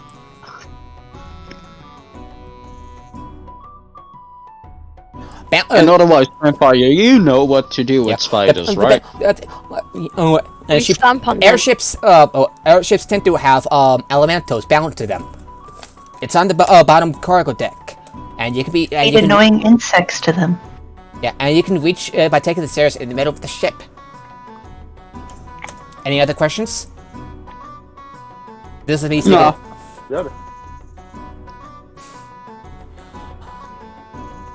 Alright, Orthos Isle is their home. Orthos Isle is their home, though they seldom home the stolen airship there. As for the island, it is large, in the frigid northern sea. Blackrock is the name of the pirate base there. And I assume you want to know about this, about Prince Brightwind? Sure. His charm. Yeah, I want to know if he's got any weaknesses. His charm is like summer rain after a long drought. He's a clever prince, and fights just 3 bouts with honey words as does his cutlass. Does he have any places he previously broke something? Many deeds. Just so I know where to stab him extra hard. Nah, he's just an ordinary person. Well, as ordinary as he can be. No extra horse or anything. Certainly not a lot of time. I'm pretty sure that we can kill this guy. Also, I only have about an hour left. I don't think it's necessarily him that we're gonna have a problem with. I think it's his god. Or I daughter. think it's gonna be his minions. Yeah, and daughter too. As for his daughter, she's a story within her, and her inherited gifts over the weather or force to be reckoned with. She fights unhinged, and rumors have it that she has a mixed mark, equivalent to a aberrant dragon mark. And her powers with it are fearsome and quite powerful. So she control the weather. So is she a druid? No, mark of storm. Although her mark is more mixed, similar to aberrant marks. See breach, right? Actually, apparatus, I would like you can roll go ahead and roll an Arcana check, and since you're with the drug mark house, roll with advantage. Good, because I needed it. 18. Alrighty, so the true Dracomarts presented by members of the 12 houses are predictable by bloodlines. Now, if reliable powers generally tied to the power to create. Obviously, you don't have a Dracomart, but you know people that do. Aberrant Dracomarts are wild, unpredictable, and contrary or destructive by nature. Aberrant Dracomarts can manifest on anyone, and there's no discernible way to determine if or how someone might develop one. The powers are afraid it's their form. Except Warforged. Except Warforged. Some aberrants manifest similar to Dracomark, manifest similarly to Dracomarks, true marks, but merging in vivid reds or blacks. Bree, you also remember this from the scholar. Back during your first real job with Clifftop Adventurers Guild. Prior to Forgotten, remember? Yeah, I remember. So you remember that scholar woman distinctly with their color spray. Yes, I think I recall her. Yeah. When two members of different Dragonmark houses have children together, like heirs from House Kenneth and House Denise, it increases the possibility of one type of aberrant mark manifesting. They're still aberrant in nature, but are commonly called mixed marks. They still have unreliable powers that might not have anything to do with the powers of either parent mark. And persons, yeah, that is as far as you know. So if we end up attacking this prince and his daughter, Princess, yeah, this person and her daughter. Okay, yeah, I'm sorry for interrupting. Are we gonna end up having two families against us? No. No. Like I said, they basically been exiled from our house.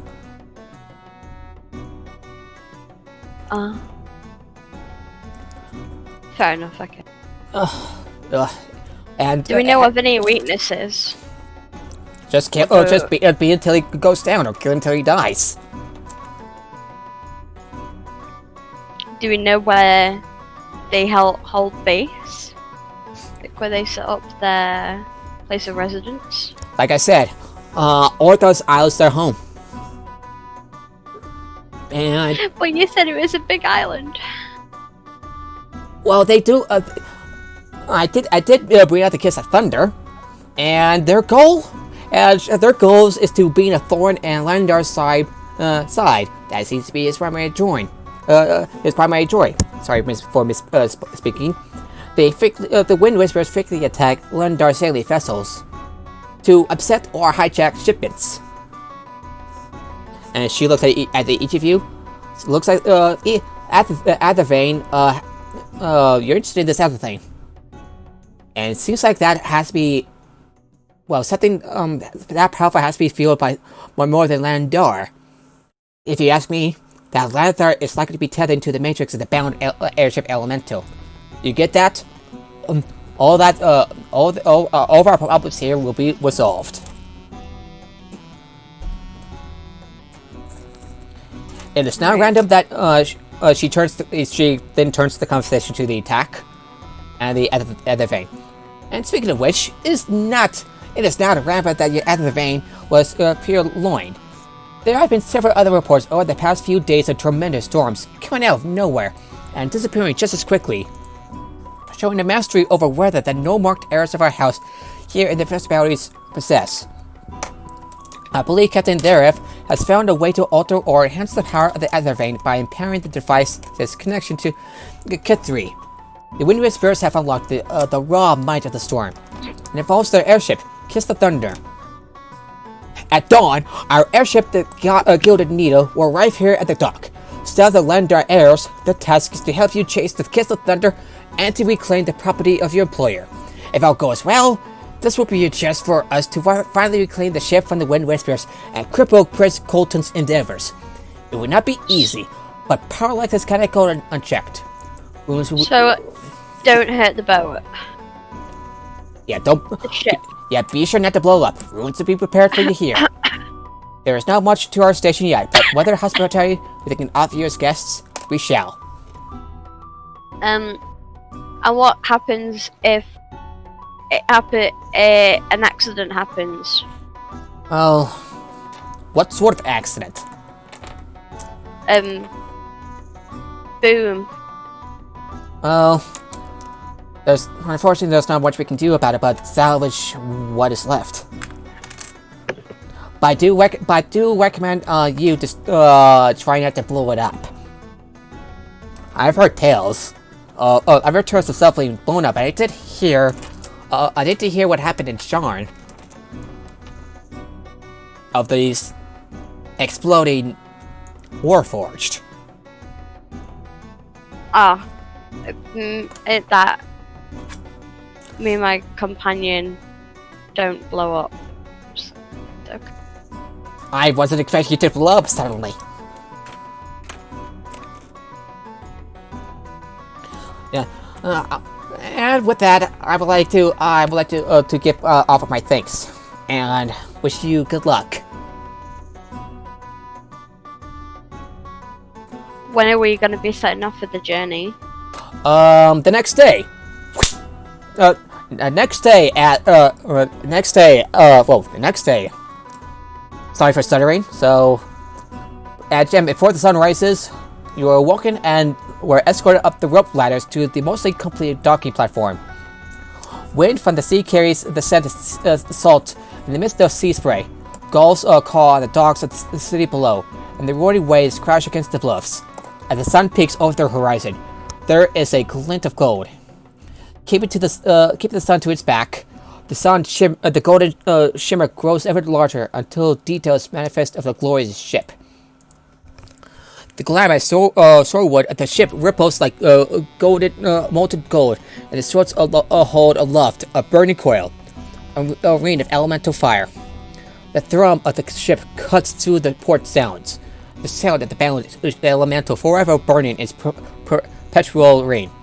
As it slides parallel to the dock, the Gilded Needle maneuvers in ways no offensive by sea could ever hope to match. And you see several of the Regaport Houselander heirs lay down game plans for quick boarding, with the symbol of the Kraken embossed on their tabards as they rush to join their kin on the Needle.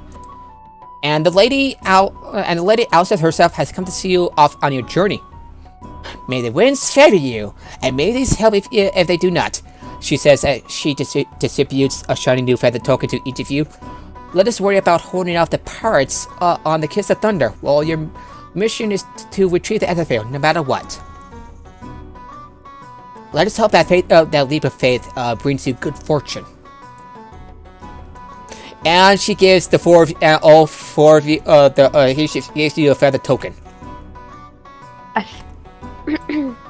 Does it look as good as my dead seagull, though? She smells earlier and says, "Oh, what does that smell?" And you, As a warforged, I can't smell it, so what are you going on about? it smells like something crushed, something had died. Why haven't I noticed that earlier? So Bree, what do you think? You also spell it, and it just reeks. Fine, and I'm gonna sit down with my dead seagull. You sit down and on the start ship. picking off all of the feathers off the bird. After I've picked all the feathers off, I'm just gonna fling it over the side. you putting it where? Off the side of the side. Off to the side. Of the ship. Yeah. You flung to the side. Yeet. No, I actually will recommend to keep it because I got something funny in mind. Oh, you want me to keep a flightless dead seagull? Okay. A featherless dead seagull. Okay. Formerly undead. Oh. Apparently Can I that extract its blood for poison? it's.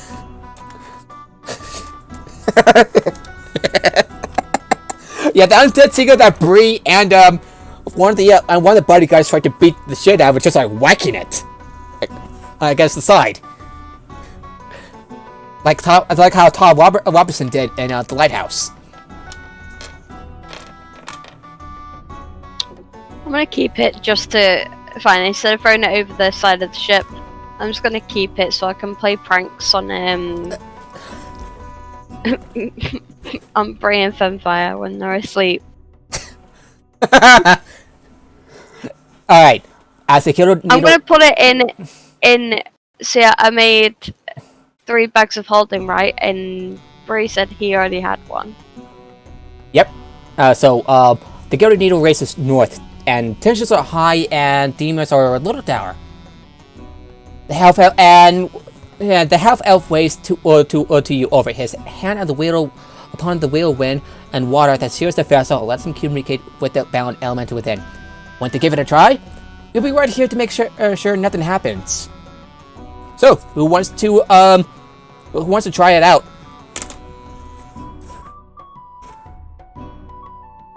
Apparatus, Bree, Fenfire. I'm shaking my head at the back. Bree.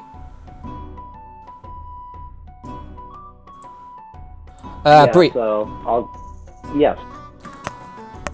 All right. So would you like to try it? Yes, I'd like to try. Alrighty, I would like you to make a wisdom saving throw. So add Fuck, I was muted this whole time. So add a +4 to your d20, like your character sheet. First time you ever made a wisdom saving throw. Now I think about it. What? 16. 16. You find yourself into a contest with the bound elemental. I would like you to make another wisdom saving throw, and with that, it's going to be a contest. The second wisdom throw was 13. 18. No, yeah, 19. Would you like to do would you like to make a lucky? You have the lucky feat. You can try that again. Yeah, I'll try the lucky feat. Yeah, lucky. Yeah, so you spend 1 lucky. What? 24 was my lucky. Yeah, you feel the mental struggle of the elemental as it desires to burn, but your quell is turmoil. The stranding subsides, and for a brief accelerating moment, you are guided past the soar wind and flame across the sky of Eberron, the distant horizon beckoning you to adventure. Yeah. After a few moments of bliss, and you see, like, you're riding on the airship! Awesome! Does anyone get that? Just want to make sure. The pilot takes back over the helm completely. I'll be taking over. Thank you very much.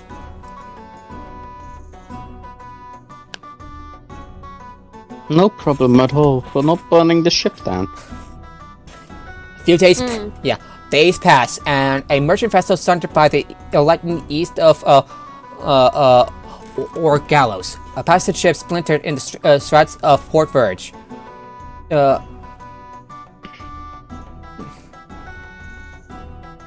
Alright, so a merchant vessel is sundered by. Okay. So, yeah. A merchant vessel sundered by lightning east of Or Gallows. A passenger ship splintered in the straits of Port Verge. Devastation. Devastation. I'm sorry for misspelling. The Corvara of the Gilded Needle worked quickly to plot the course of the Kiss of Thunder. It's taking as it turns north toward Orthos. Thorif is headed for Eel Bay. Yeah, the market areas continue working ships to secure sailing, coasting all hates as they could from the elemental. And as the airship enters Eel Bay finally, and I'd like each of you to make a wisdom perception check. Wisdom perception? Yes, wisdom perception. Oh, perception. 22. 8. Wisdom.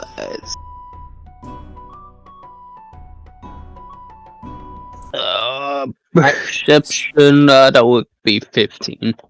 Alrighty, so I'm gonna switch to music real I quick. rolled lower than a 15, so I go with my practice. I got 23. Alert for any dangers. You spy the shape of what must be the ship among the clouds.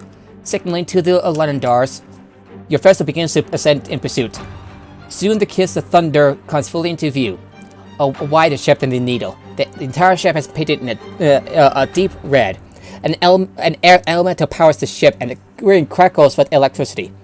As the ship climbs quickly about the kiss, preparing for boarding, ballista boat cuts through the sky and grazes your hull. I would like each of you to make a dexterity acrobatics check. Dex. Six. What? 19 plus a lot. Apparatus? Bree? Fenfire? 12. 6. Yeah, checking it. Yeah, the ship 17. shook. Although Bree, Fenfire, and Huntress managed to maintain their footing, Apparatus slips and falls on the ground. Was it 12? Yes. I got a 6.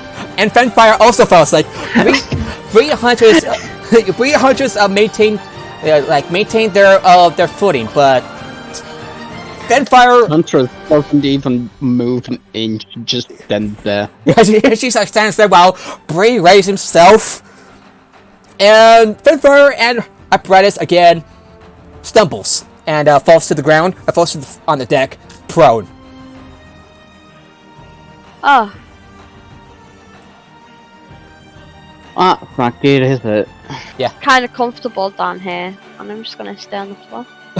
Yeah, as the airships draw near, you can see the wind whispers are clad in tabards, a crisply cut with white lightning bolts.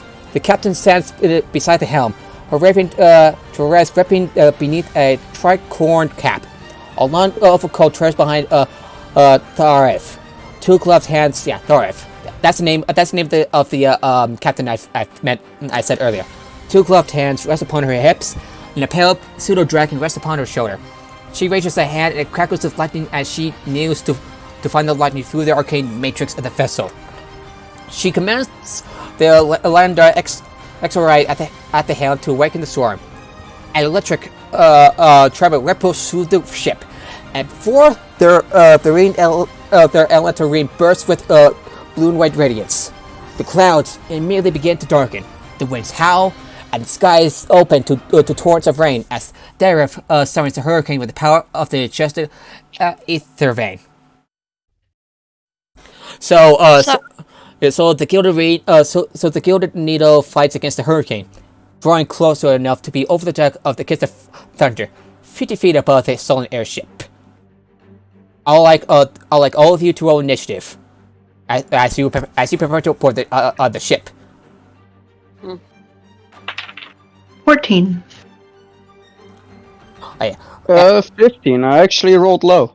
14 for Fenfire, 15 for Huntress. 16.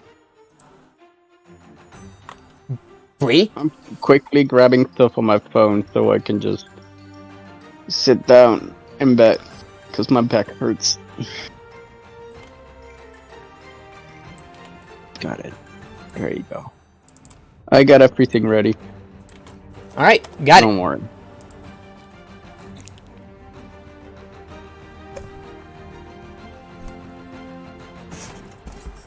Come on, lads! Come on, lads, one the sailors yell. Take a leap of faith! Alright then. Try it. I'm gonna use my broom. Yeah, I push apparatus forward yeah, Bree. No. and then make a swan dive. Apparatus, what you, Bree, so what you roll? I rolled a 16.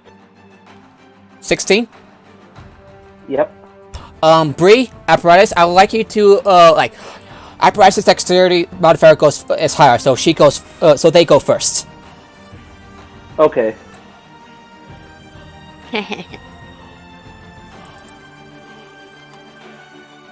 Alright, so give me a second while I, get everything down. There. So how far away is the ship? 50, you're up 50, feet above the ship. 50? 50, 50, yes, 50. Alright.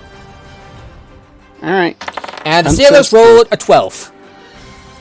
Huntress jumps for the air balloon. Well, Whatever the mechanism is, holding it up, and then Pseudo uses Dragon that rolls, to slide down. Pseudo Dragon rolls a 10, and Captain Derek rolls a nat 20. We're using our own landing strategies. Yeah, but you land first, so 13. So what's the total for the captain? 22. Alright. 20 frickin' 2. Right. 13 is for 13. I didn't say anything about a 13. Just running down some numbers. That's all. this is the updated list.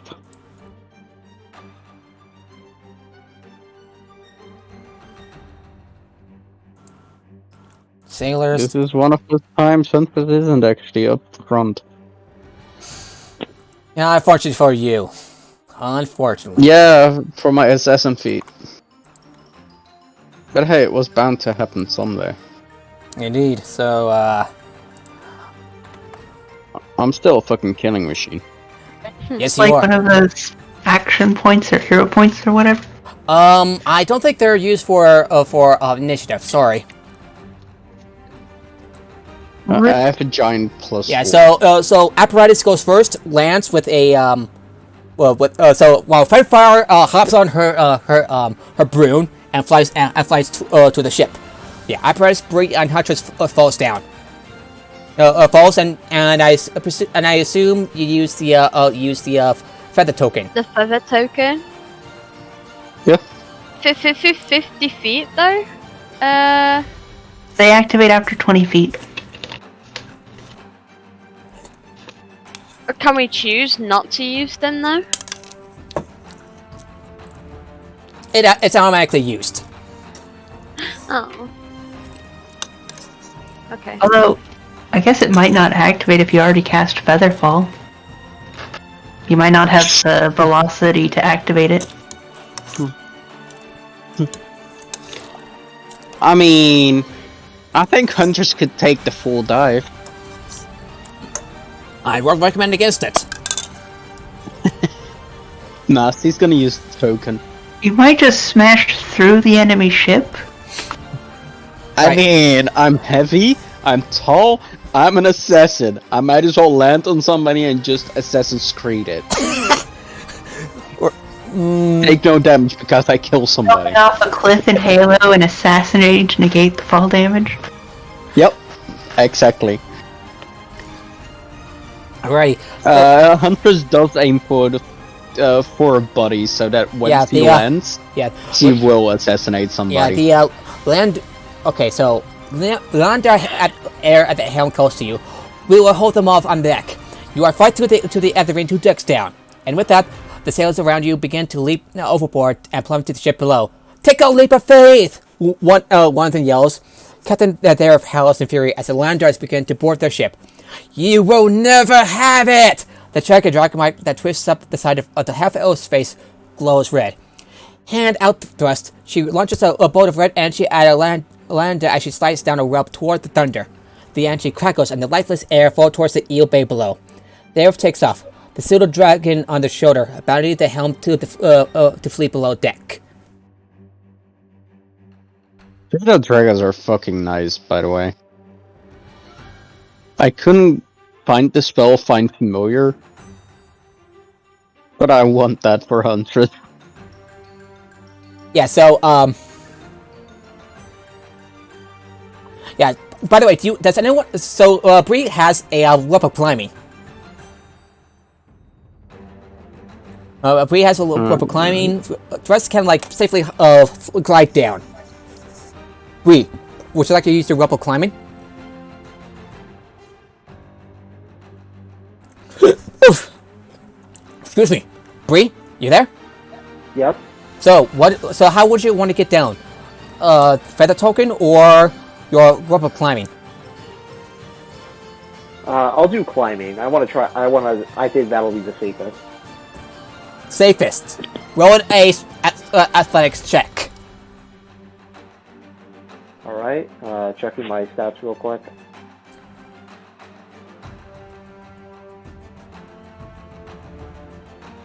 Glad we aren't all gnomes, and then we could have, like, piled on my broom.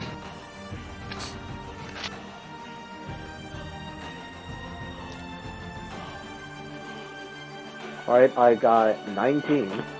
19. The wind, the heavy winds tried to push you off, but you managed to save it off as they climb down to the deck safely below. Oh. Yeah. Apparatus. I know he goes first before you, but Apparatus, what do you do? Oh, it's okay. I'm going to make.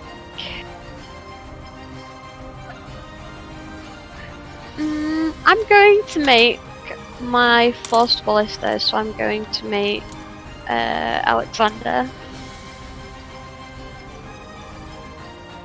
Right. Go on.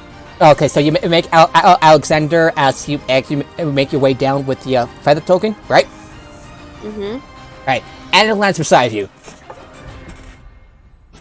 What lands beside me? Sorry. Yeah, so as you land on the deck below, the turret lands beside you, safely intact. Oh. Nice. Can I? I'm gonna. Do I see any of the enemy on the other side? I'll get you back to you in a bit.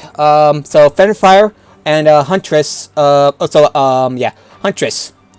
You're the next two. I would like to land on somebody. Make an acrobatics check as you had to make sure you land on just the right person. Acrobatics. I'm good at that shit. Rolls a natural that's 24. However, you have to take a bit of a risk. As you opted not to use the feather token. I'm going to roll 2d6. And you take 8 points of damage as you land on one of the Wind Whisperers, crushing her to death. You take 8 points. I'm good with that. And you think to yourself, worth it. Definitely worth it. Fire, what do you do? I move down 30 feet with my broom. Alright, you're still about 20 feet up. And I guess using my mighty maw, I wish to fire a firebolt at an enemy. Okay, you fire a firebolt. Lands on a whisper pirate, and he says, "Ow!" Oh, I can still attack as well. That's a crit. Ow! he. Okay. Roll damage. 13. What? What is this bullshit? 14 points of damage as he yells out, "Ow!" 6 plus 2 plus 2 plus 3. 13 damage for a crit. 16 plus 2 is 8, so that'll be 16. Remember, I just doubled the die. 6 plus 2 plus 2 plus... Yeah. Alrighty. I can still attack? When you're not exactly in I combat... didn't fall. I just moved and then shot. No, I just literally dropped on somebody. That's all Exactly. I did. You jumped off the ship. I'm flying normally as my character just does now. I haven't used any action or bonus action yet. Oh, So your action was getting the rope and climbing. I think that's what he means. Whereas, yeah, so yeah. Fenfire was already on the broom, Yeah, so she could expend an action to Yeah, move. Bree uses the rope apparatus, just simply falls down. Huntress lands on somebody, and Fire decides to fly and shoots at a random bad guy. Yeah, no, if Hunters was able to, she'd shoot at somebody as well while falling. Woo woo! As Because he has like an assassin blade as an arm blade, so... But does it that have would work. returning? If not, then you'll lose your weapon. Yeah, as you make your descent to board the rival airship, you watch a Landar sailor tie a rope around the waist and jump over the rails with a needle. The hurricane gale whips the core of air into the crackling elemental ring. The sailor's screams are short-lived.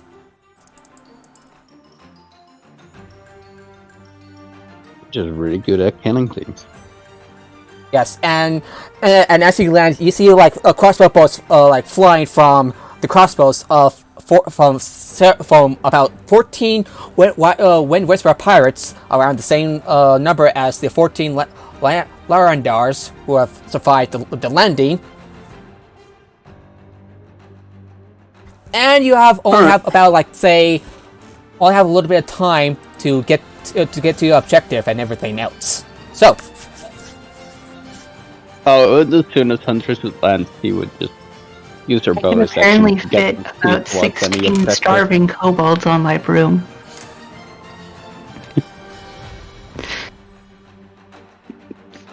Alrighty, so what do you do now?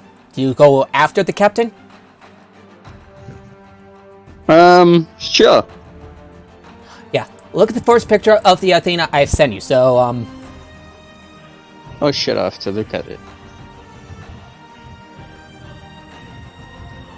So- let me open it. I'm keeping. So, I'm where do we have to go on the ship? 2 decks below to the Mount Elemental and take the artifact. So, how much feet is that to cover in one go? I'm gonna say you'll land. You know, at the near the bottom, you land. No, not at the bottom. You land between the ballista and the stairs. Alright. So, how far is it to run down both stairs to get to the second floor? Not enough. Not enough I to. can run 90 feet. Only enough to run down to run down to the stairs and down a flight. Okay, just hold up.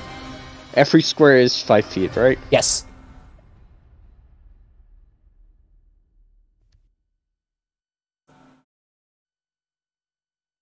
Seven, 8, 9, 10, 11. 5 times 11. The fuck is that? That's 110. 55. 5 times 11 is 55. I get it. So I got down the first stair. Yeah. And I still have to go down the second stairs. Alright. Alright. That's my turn. Yeah, Bree and apparatus. Bree, Fenver, apparatus. Do you follow Huntress? Do I not see any people from where I am already? But the two forces, the Landers and the Wind Whisperers, are more occupied with fighting each other. Just clashing against one another, crossbow bolts flying, but not at you. Huh. And a fellow too, here and there.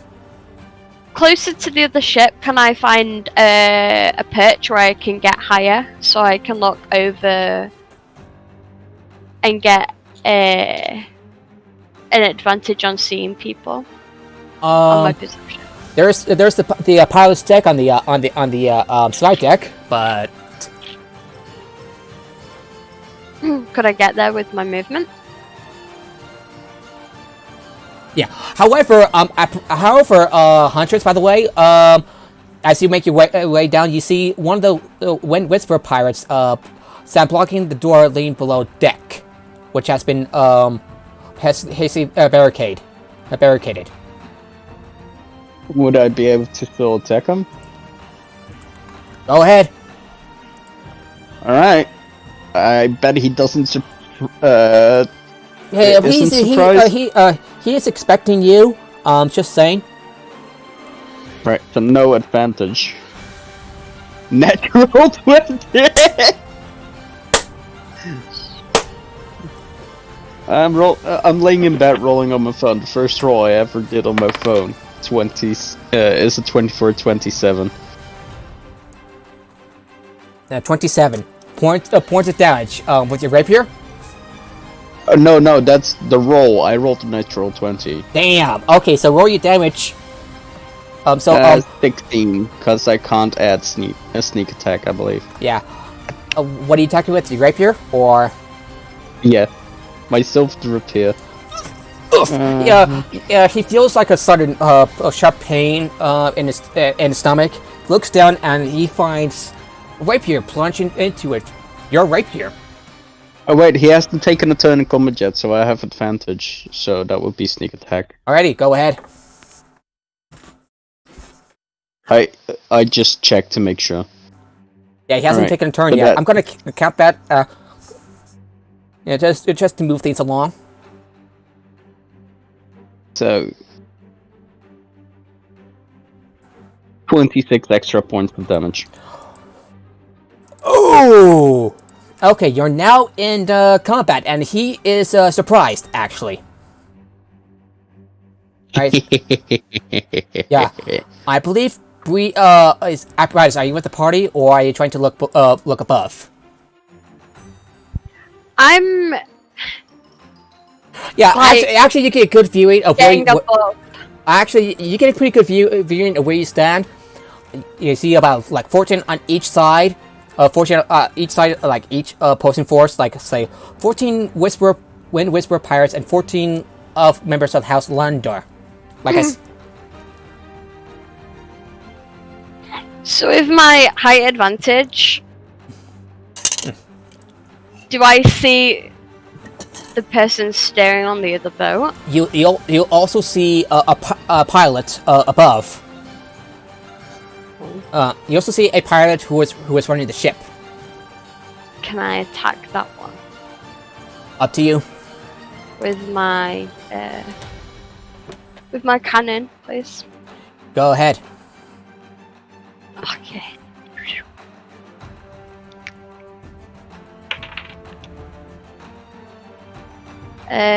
24. That hits, and and your ballista pushes the pilot off the wheel, knocks back, a little out of wind, and surprised by this turret just like firing at him. It only does 4 points of damage, but it still forces him away by 5 feet. Alrighty. He gets knocked out. Oof. Nice. Yeah. Just to but however, one of the Whisper pirates looks up, notices that the ship just tilted slightly, rushes to the wheel, and then takes it back on course. Meanwhile, Bree, You see one pirate blocking the way, and is heavily injured, but has been injured by a huntress. What do you do?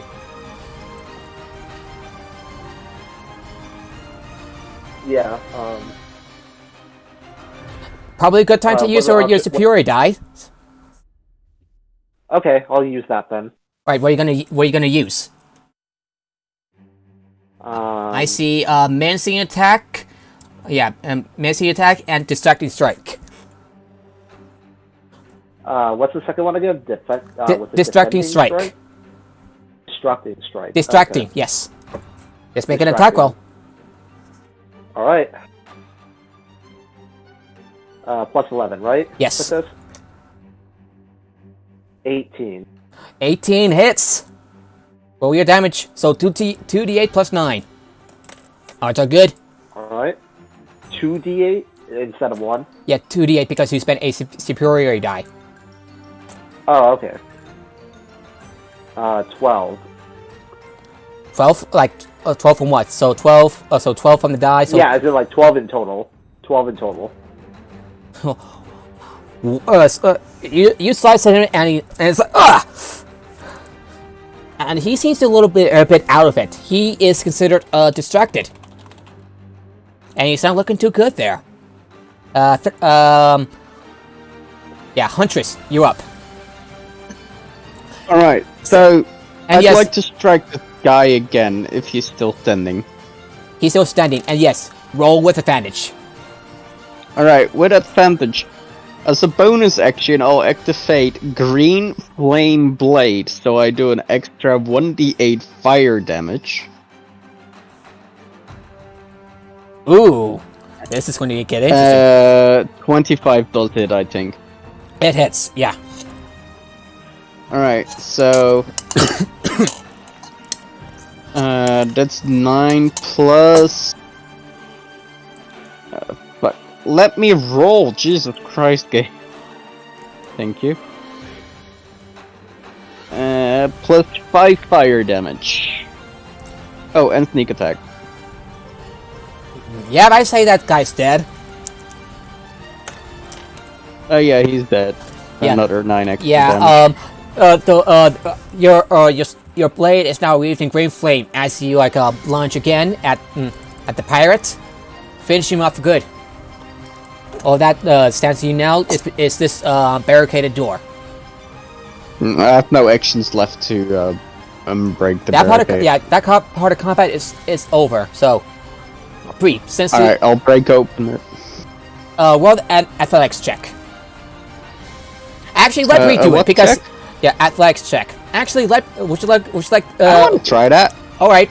Okay, Huntress, roll. Eat metal to weaken it first. 18. 18 hits. 18. Yeah. You managed to force the struck door open. Is anyone else like to help, or just you, Huntress? I don't know if others want to help. You don't have to ask me. Bree, you there? Can I take a shot at the door and just force it open? Go ahead and roll an attack. On a door? Yes. 16. 16 hits. Do I need to do damage to the door? Yeah. You just did Knock damage. it up. It's a 9. Alrighty. With the apparatus' help, Huntress, you managed to break the door open, and below you see one more pirate just like, and stands at the ready, also surprised. I'm Oh, gonna they're roll. dead. All right, and he has another pirate has rolled a 12, so 17 and these pirates have a lot of hit points. So he rolled a 12. Apparatus, do you want to join in with the rest? Or are you still up? Sorry? I'm still up above. Yeah. Yeah, I'm going to make this quick. So apparatus. So what do you do? I'm gonna shoot at the one that just took over the wheel again. Roll attack. Nope, you're not gonna. 17. 17 hits, barely. 10. Okay, what are you attacking with again? The cannon. Alrighty. Bam!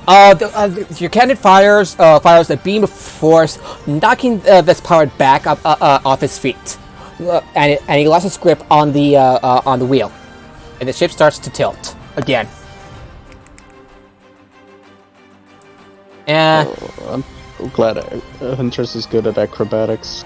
yeah, I would like the rest of you to roll acrobatics check. What is the minimum I have to roll for that to succeed? 12. Still in my room? 13. Okay. Oh, I'm fine. 23. Bree?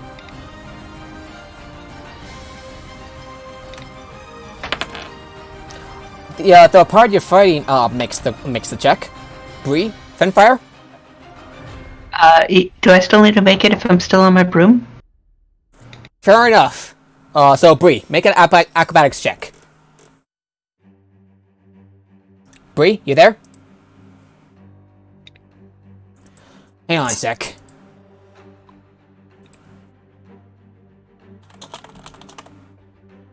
Did say he was in bed. Maybe he's fallen asleep. Yeah, I sent him. Bree! Bree! Bree! Great. Hey, Oh. sorry to put this out, but it's just I needed to. I have to quickly leave because I have to do some grocery running for some family. Alright, we're almost done with this, so, want me to take over for you, Breeze, in the meantime? Yeah, just take over for me because if it's going to be done shortly, I probably will be out for that duration. So, thanks again, guys, for the session. It was really fun. I want to do this next Thursday if we can. Alrighty, so, That'd be awesome. yeah. It happens, and I'm glad you've been around as long as you can, so, yeah. So you break down, so... Right. Natural 1! You rolled natural 1, Bree! You're now prone. I'd roll new character. He starts fucking up. Character's gone. Yeah, and he gets and he slams his head on something nearby and rolls 1 point of damage. Slamming his head against one of the stairs. Huntress This is why we wear a helmet. He's wearing a helmet, thankfully.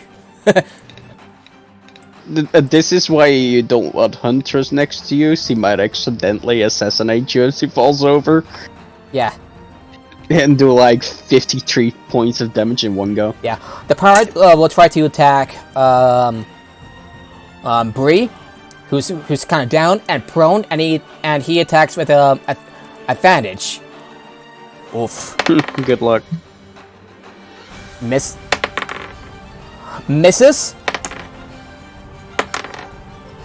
Again, misses on both accounts as Bree just like sounds like blocks with his shield twice while prone, while his head smacked against the railing of the stair, and that ends his turn. Huntress, apparatus. Okay, so Fenfire, what do you join in with the others? I'm gonna stick with apparatus. Okay. Okay, so Bree stands up and attacks. And okay, dirty 20. Jesus, so that's a hit. And rolls for 10 points of damage. God,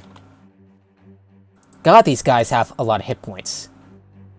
And he attacks again, slices at the Wind Whisperer, who leaves behind gashes on his clothes and flesh.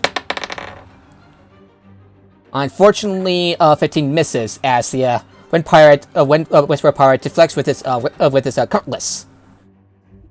And he stands with it and makes sense with a smoke smile. That ends Bree's turn. Huntress.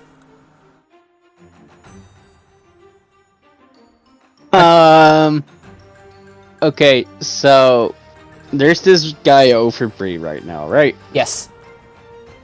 Is he wearing anything of metal? No. All right. But Then he's I'll carrying just- he's carrying his cutlass, which can count. Nah, it's body armor. That is. No. made of metal. It can also apply to weapons. Yeah. Then I'd rather flank with Bree first. Wait, not cutlass, rapier and dagger. So, what are you gonna do, Huntress? I'm a flank with Bree, so I have advantage. Yes. I'm just stab it in the back with my rapier. Ready? With Make your a attack with advantage. 24 24 to hits. hit. All right, and that is 7 plus.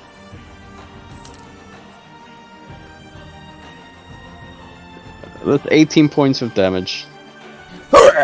He used something like you plunge your rapier into his back, and he lets out for 18 points of piercing damage. Nice. Yeah, that's my. Oh wait, I can stab him again. I'm gonna stab him again. Okay, with your dagger, go ahead and make an attack. No, with my second rapier. 15. 15 misses. Alright. Well, that's my turn. Yeah, the pirate turns around and attacks you, Huntress. Does 23 hit? This is 22 hit. 3 does hit. Yeah, 22. Yeah, I'm sorry. Oh, for 12 points of damage as he returns fire at you and pierces through you at the side. Ouch.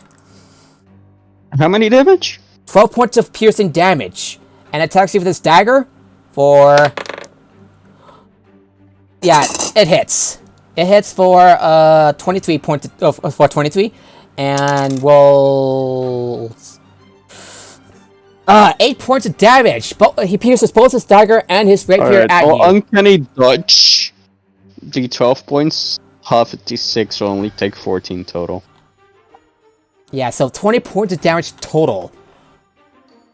No, 14 because I used uncanny dodge on the first one. Oh yeah, so 41. Ouch. Yep. Yeah. And this is why I'm a rogue. Alright, and that ends his turn. Apparatus. And the party's back to piloting the thing. Of course it is. So there was 2 people near the wheel. Well, No, one's knocked out. The other is still standing.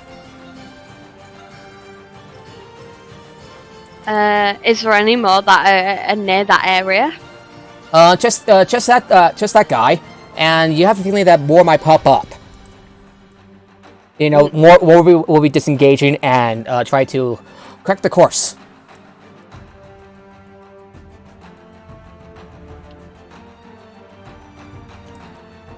All right, so My bonus action, I'm going to shut down to Femfire and go, should I keep attacking the guy on the wheel? yeah, talking a few sentences counts as a free action. Oh, I'll do that then. Can she talk back? Or does she Femfire? have to wait Probably. till my turn? I honestly do not know.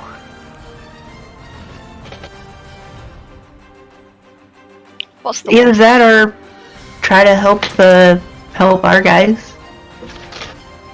I would Do we like. even see our guy? Control. By the way, I would like each of you to roll a dexterity acrobatics check.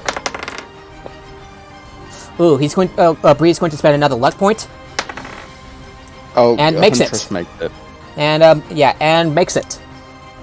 As he managed to as the blizzard stroke strikes against the deck of the Kiss of Thunder, rocking the ship, and makes his footing.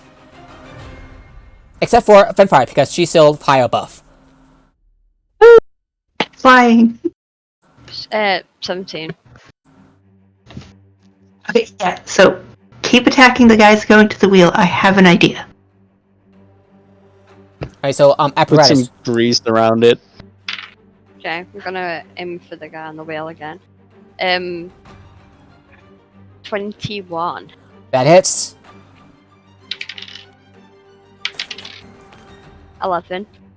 11 points of damage. He gets knocked back. Again. This guy is pretty persistent, I have to say. Would that be your turn? As a bonus action, can I tie off a rope or the piece of cloth that I had to a nearest railing, so I don't so I can keep myself stable? You are stabilized it is, but go ahead. I'm just gonna do it anyway, just in case. I get like advantage on the checks or something. Yes, yes. Go ahead and do that. Take out the cloth. Wrap. Tie. Done. Alrighty, I gotta check something. alright, so, Breeze next, and attacks the pirate. Arrgh. Sorry, I can't help myself. Dirty 21 hits for 13 points of damage. As he strikes blows with the pirate, and gets him at the side again. Arrgh! The pirate yells as he lets out a whelp of pain. He attacks again. 24 hits again. Jesus! 17 points of damage. Yeah, this guy is Weak. The lowest amount of damage I did in a single turn has been 18 damage. 17 points of damage. I see a stabs through the pirate and launches his blade out. The pirate coughs blood, but is still standing. Huntress, you're up. I still have advantage, right? Different one. Yeah. He sensed your flaking. Yes. Alright. 19 for 26. That hits. So, 12. Just to give you a bit of a hint, you have a bit of a feeling that the captain there with Bright Wind looks tough. You might need to gather your party before you venture forth. Oh, Baldur's Gate reference for the win. Alright, so 12 plus 15 is 27 points of damage. On the pirate, you stab in the heart, and he's to blame, and he has nobody else to blame but himself, and he falls to the ground in the pool of his own blood. Alright, is there any immediate danger as well? Nope. You descend to the passenger check, and on this mostly abandoned floor, the ever-bright lanterns cackle as the entire ship hums with electric energy amplified by the ether vein. Arcs of lightning ripple across the walls, falling in strange patterns. Alright. Well, that's my turn. I do like to mention to my party, like, hey, follow me. Does apparatus and Fire fall? It's with you, Huntress. And Bree's coming along with me. I would have suggested that it was too far out of range for me to even hear what he said with all of the fire now. Oh, I have the message cantrip, so you'll be fine, you'll hear it. I can message you within 120 feet. I'm gonna say that you cast the cantrip spell in the meantime, and you send a message to apparatus and Fenfire. Hey, y'all coming? We're gonna kill this fucking guy. I'm just I gonna guess show we as loud should. as I can. Busy. And I'm just gonna stay where I am. Gunfire? I'll fly my broom over to the Huntress. And on the way, I'll cast Healing Word on an injured teammate. Oh, that would be me. I'm at 41 hit points. Plenty. How much healing do I get? I was more referred to like one of the random NPCs. Oh. Because we jumped on board with a bunch of random extra people. Yeah, they'll say like gives you a thumbs up as wounds close up. Alright. Well, I'm 41 hit points, just so you all know. Alright. I'm gonna be right back, I need to go to the toilet. You descend. I'm gonna make this quick. I'm gonna skip a combat counter or two. So you quickly descend down. I'd like to summon my cat at some point. Alrighty. Somewhere where it won't hurt a friendly. So She can sit on my broom. That one encounter we would have, you summon a cat on the thing, put it on fire, and I stab it to that, and then we keep going. Alright, you kept on going while Apparatus is taking care of the pilot above. Alright, and while we're going, I'll pat Huntress on the back and use Cure Wounds. Ooh, thank you. How many? Yeah. I was at 41. Although time is of the essence. Yeah, but how much are you missing? 22. Okay. Gonna use 3rd level. I'm full? Big heals. Nice. Plus D8. Yeah. Oh, Fenfire, by the way. I'll 19. Fenfire and Huntress and Bree. I'll roll for Bree. I'd like you to roll a survival check. Survival? I'm good at survival. What kind of crazy world are we 24. living You're in looking that for we you're do looking for survival footprints. rolls? You're looking for wet footprints left behind by. I'm tracking. Yeah, you're I'm tracking. following the tracks. Enya, lead the way. 25, natural 20. Oh. Boom! You're able to find the tracks that lead you to the next set of stairs behind you. You quickly descend downstairs. And a door stands ajar. You finally reach the bottom deck that contains the cargo and the bound elemental. And the door stands ajar. A strange, whirling sound emanating from within. Behind the door, There's voice goes to the party. Come and taste the death my storm has for you. I know who you are. You come for the Eberron. And I shoot him. And I say again, you will not have it. I've come too far. And actually, she goes first. As soon as I see them, I shoot them. That's all I'm doing. Actually, she attacks you first. Because she's I already had an attack ready or something. I don't care. Okay, fair enough. Fair enough. Huntress. That guy went first. All right, Huntress. Make an attack roll. Oh my god. All right. So 19. Yes, that's a hit. That's 12. Do I get sneak attack as well? Was it advantage? Yeah, with the Wait, he yes. Yeah, hasn't attacked me yet. Yeah, she hasn't. Well, she hasn't attacked you. I'm gonna say yeah. The other was gonna make it a 26, so almost a natural 20. Alright, so 24 damage total. 24 damage total as you fire a head crossbow at the bow flying across and hits her in the shoulder. She screams, "Ah!"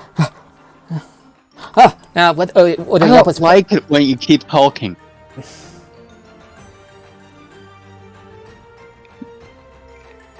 That was to the NPC. I know. However, a blessed bolt strikes the hull of the thunder, and of like Huntress, Fenfire, and Yeah, and Bree will, Bree since will acrobatics check, and so will Natural 20 acrobatic. Fuck, I rolled too Bree many rolled of nat those. 20. Bree rolled nat 20. That's 2 natural 20s. As Come on, for Vampire. the captain, she's able to maintain her footing with a roll of 21. Alright. And People staying on their feet. and in retaliation, she attacks you with an Eldritch Blast. Alright. Hit me. Alright, does a 23 hit? Yes. If it's 19 or above, it hits. Yeah, 19 or above, so I'm gonna check how much does with a Eldritch Blast. 1d10. Unless they're level 5, then it does a 2d10. Yeah, Which you can have and a 2 purplish targets. purplish spark flies from the hand and lands on you for 5 points of force damage. 5 force.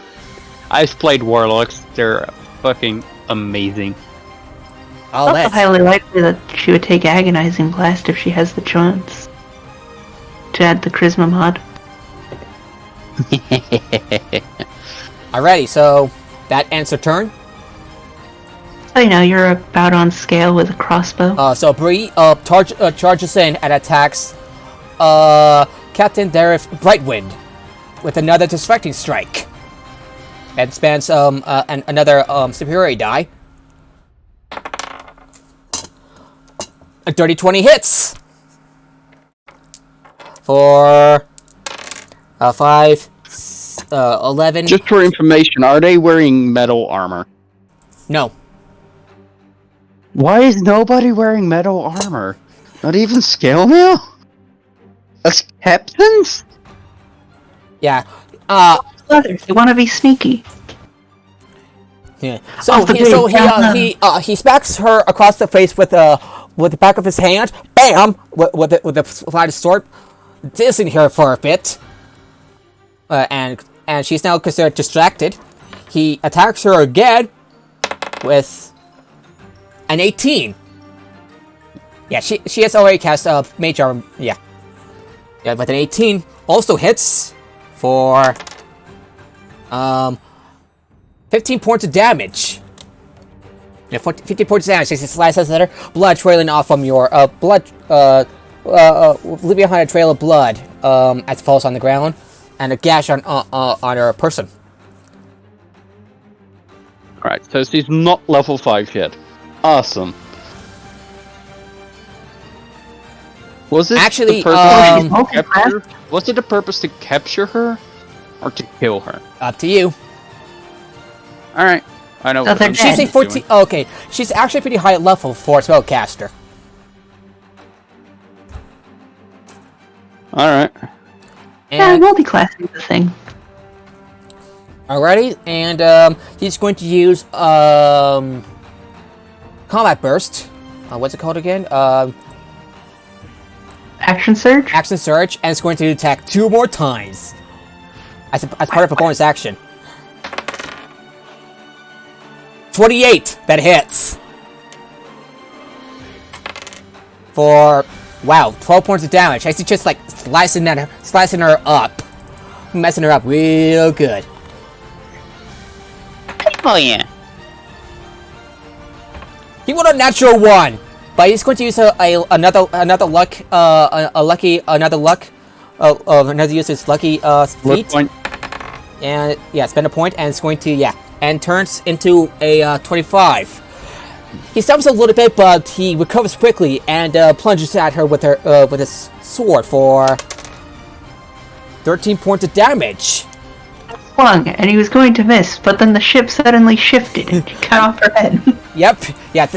But suddenly the ship shifts and shifts slightly, and that turns the miss into a hit. Thank you, Finfire. No And problem. that ends his turn.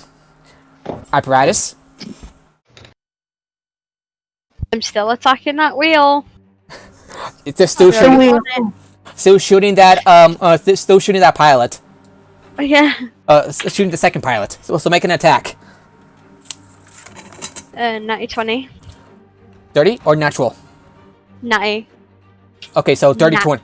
Not No, Nat. nat 20. Holy shit. Okay. With the turret? Oh, with the cannon, yeah. Yeah, you know what? Since that's a third natural 20, that guy gets knocked off his ass off the deck. And the ship starts to... and thankfully that gives Bree the advantage he needs.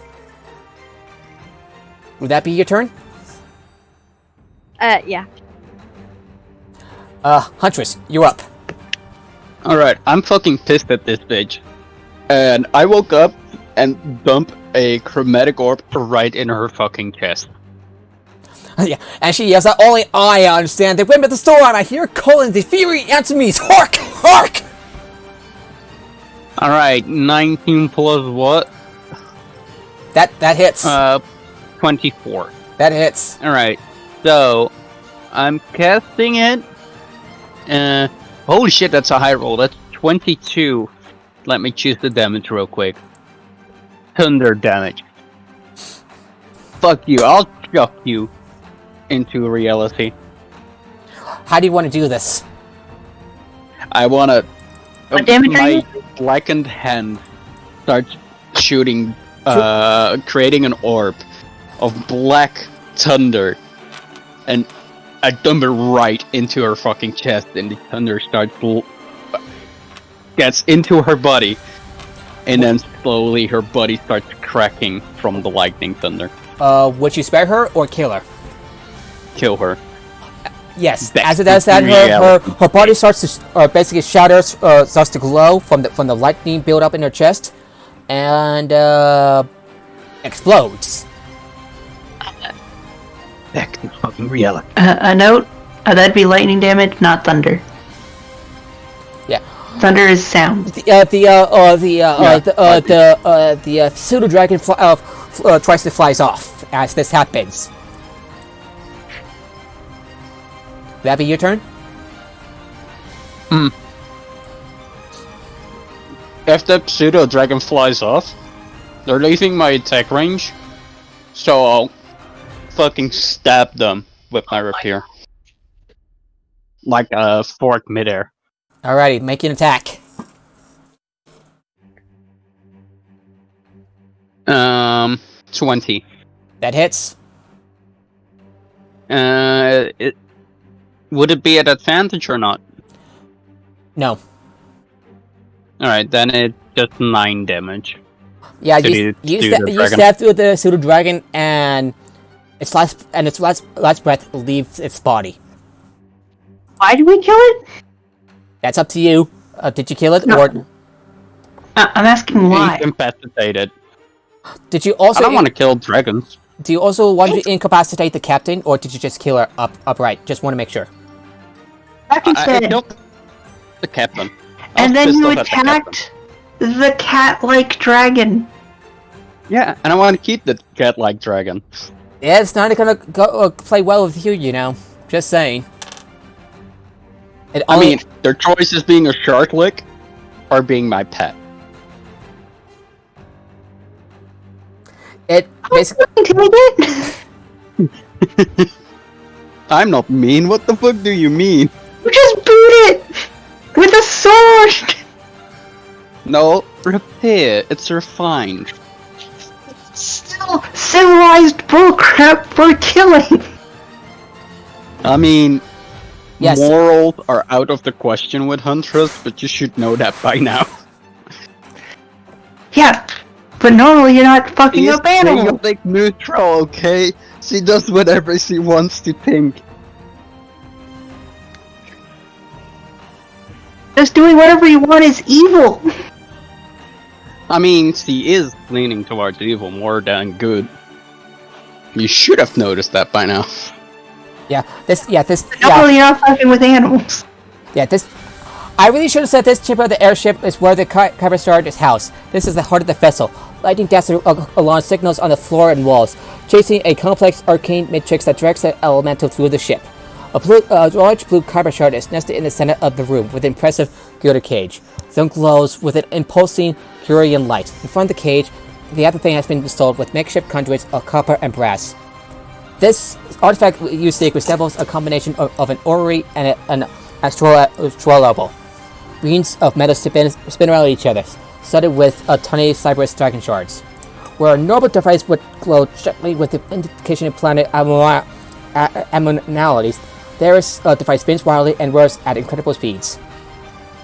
The ether vein pulses in a kaleidoscope of colors that compete with the energies of the elements within the kyber shard. And before you kill her, before you kill the dragon, I will say this happens, so an exasperated Califar steps... killing the dragon! Califar steps in front of both devices. And before she says anything... it until it's fucking knocked out! Yeah, she holds the cutlass before her with a arrowbolt to the crossbow bolt stuck on her shoulder. She holds the cutlass before her, their aberrant dragon mark so glows red hot, as if threatening to burst from the lines that contain it. One eye is covered by a scarlet pouch, hiding an own wound. The glowing pulses of the light reflects against the beads of rain and sweat that glistens on her dark skin. And before she dies, she bears her cutlass, and with the small dragon perching upon her shoulder, hissing and flicking its tail. And before she says more, you attack her to Huntress, and combat goes on. So, with her dead, and the pseudo dragon captured, maybe, you now have the artifact in front of you. We take the artifact and get the fuck out of there. I'm sorry, I'm gonna have to go now. Actually, I'll let Bree take over, so he's going to, make a dexterity saving throw, while Bree will try to, slow the Gallows down with his strength. Apparatus. Natural 20! Dexterity saving throw? Yeah, dexterity saving throw, and with his... 20 for 27, don't worry about it, I got it. With this, he's able to Still stop... down my room. 18. Nice. Okay, so, apparatus, so...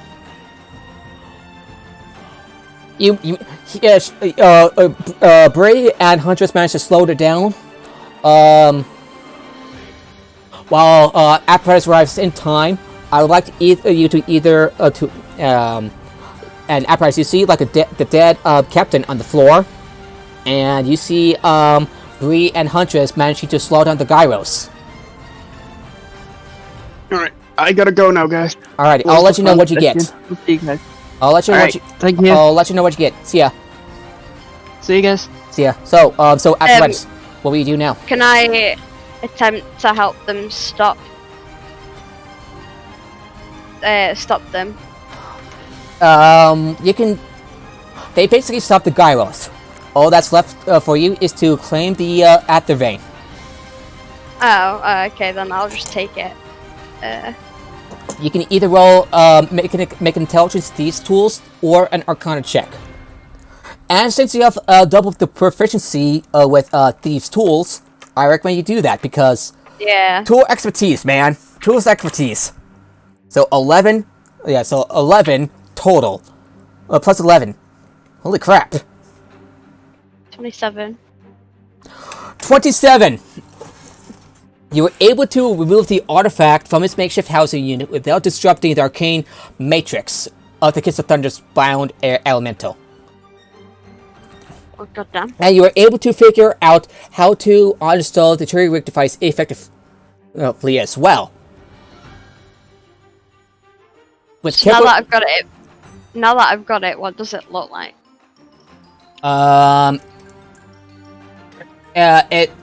You see, it's a combination of an orrery and an astral level.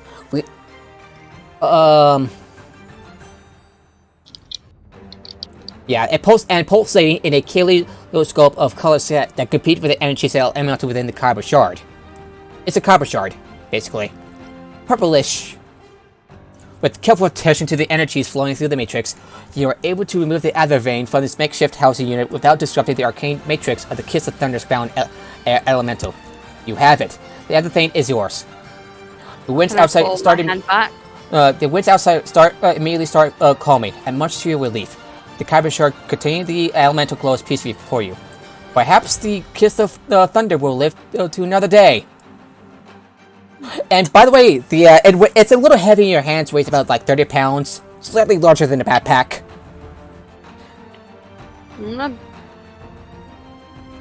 And as you return, as you return up to the sky deck above, you see that the Whisperers have surrendered, while most of them have surrendered, while a few of them just like flung themselves over the rails. Depending on their feather tokens, as used soon, or others, some sort of other abilities, that to survive the plunge. Can we check all of the Wind Whisperers, the weaponry, magic items, and gold? Let me check. They really don't have much in the way of valuables. Just like weapons, a rapier, dagger, and a light crossbow to their name. Well, soon as I'd made 3 bags of holding before, I have like a full bag of holding where we can put stuff, where we can sell them later on. So I'm just gonna take the weapons, put it in that bag of holding. Well, actually, at the end, it's not like a crystal thing. So, sorry for interrupting. Yeah, it's an astral ball-like instrument. That's what the other vein is. It's an astral ball-like instrument, and it weighs. It's a little heavy in your hand, a little heavy, but you're able to carry it a little easily enough. And the carbon shard that's powering the ship, not damaged at all. You hastily return to the Gilded Needle, waiting with a bated breath for each of you, for Bree and Fenfire, and watching the Kiss of Thunder. You see here waving aloft, though the elemental reading's intensity is dampened. After several more anxious moments, the Lyandar airs breathe more easily, realizing that the ship remains intact.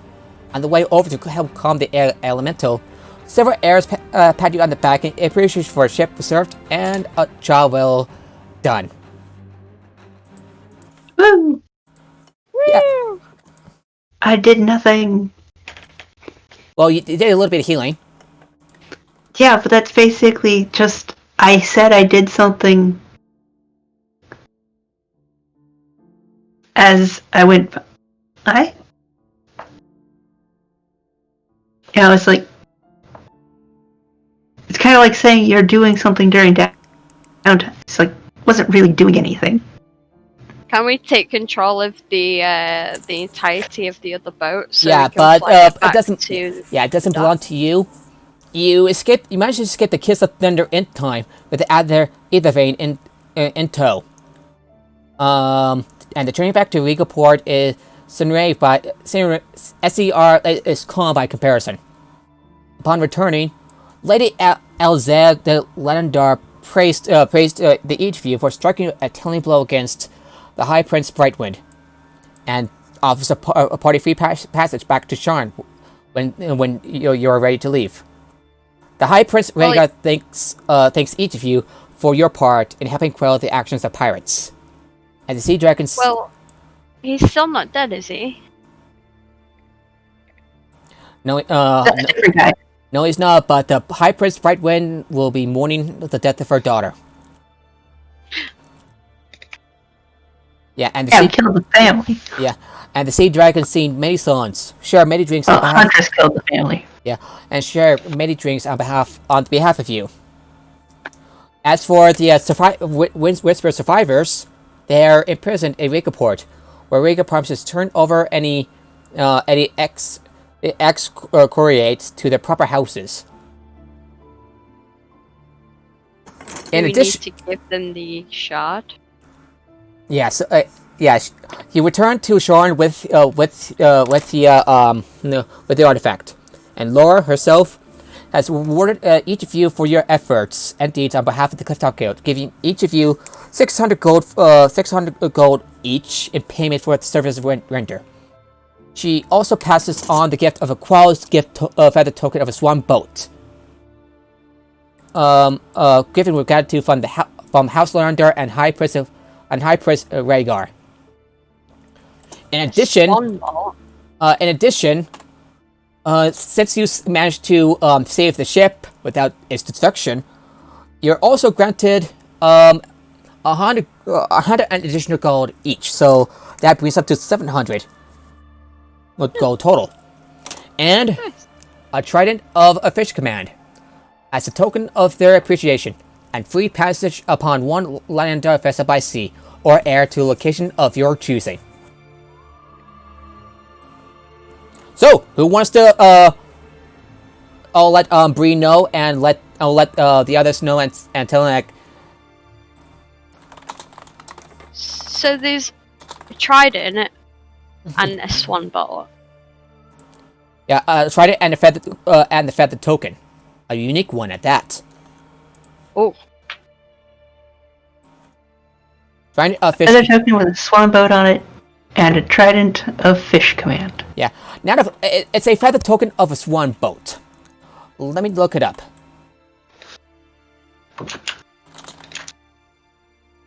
Paul's feather token of a swan boat.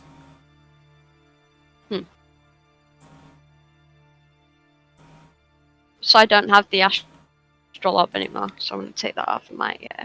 Spend 1 charge to cast Dominate Beast, save DC 15, from it on a beast that has an innate swimming speed. So trying a fish command also works on crocodiles. Oh. So now you can not only would you be a crocodile hunter, you also be a crocodile. I don't know.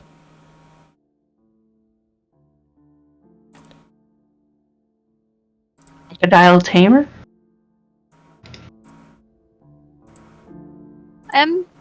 So yeah, so yeah, and that is the. I suggest you can use tridents. It is a not druids.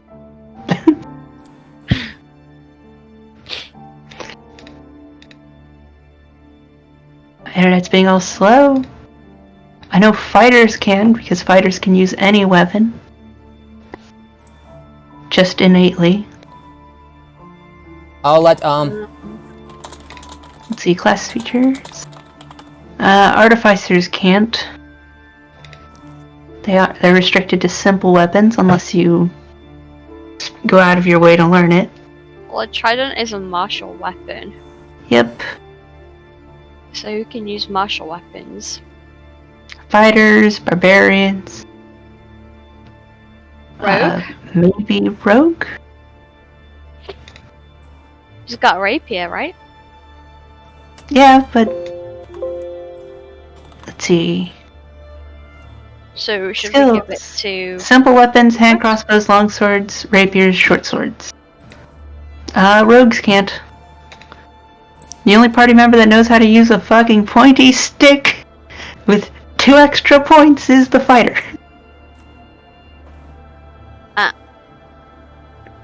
I guess we could just, use it like a really fancy staff. Oh, and by the way, I would recommend keeping an enhanced weapon because you never know when something needs whacking with a magical weapon. And the thing is that... Sorry, what? When I'm creating the cannons, the enhanced weapon doesn't work on them. I read it up. I know. Other than that, I'm not going to be using the mace because the firebolt does more damage, and I have a better chance of attack with that. Okay. Egg of holding. So, yeah. So now the module is over for now. Though, water walking. Well, Ring of Water Walking, if I make them, which is a replicating. I'm pretty sure. It is. Can give us money in the party. We can go out and get stuff.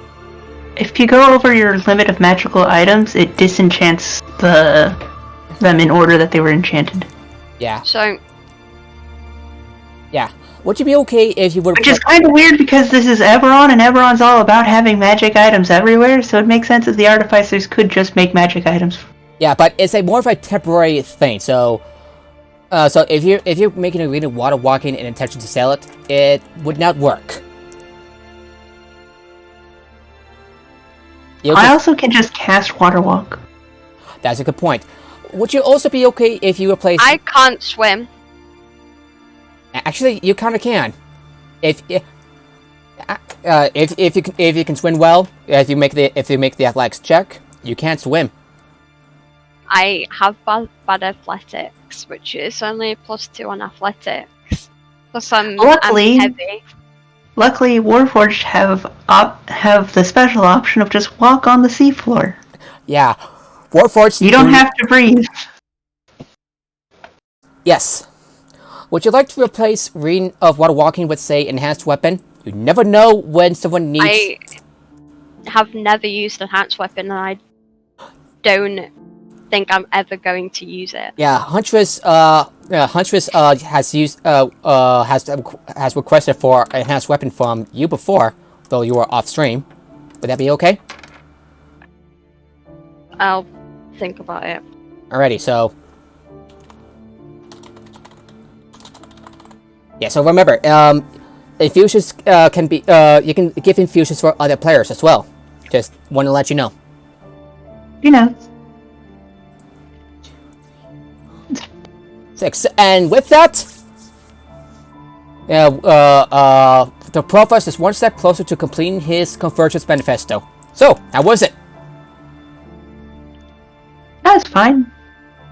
I enjoyed it. Yeah, sorry. I didn't get a turn. Yeah, sorry I forgot to do a little bit of passage before combat begins, but... It happens, right? Right? Aye. Whew! That was a fun one, so... I hope you all had fun, everybody. And with that, we're going to be rating the gaming author. Good person, good guy. Has a lot of good stuff. So, now I'm sorry for being a bit of a lost words. It's just, yeah, job well done. No. All right, I'm back now. All right, Huntress. Did you get my message? Yeah, 700 gold, right? 700 gold. A unique version of a feather token, and a trident of fish command. That only Bree knows how to use. Yeah, Bree and Aurak. Yeah, Although- who's currently not with us. So, I guess we can tank the Merfolk. Yeah, and then Crawl's feather tokens, one boat. Okay, so that's 700 gold. Yay, I'm at 900 gold. I know. Crocodiles.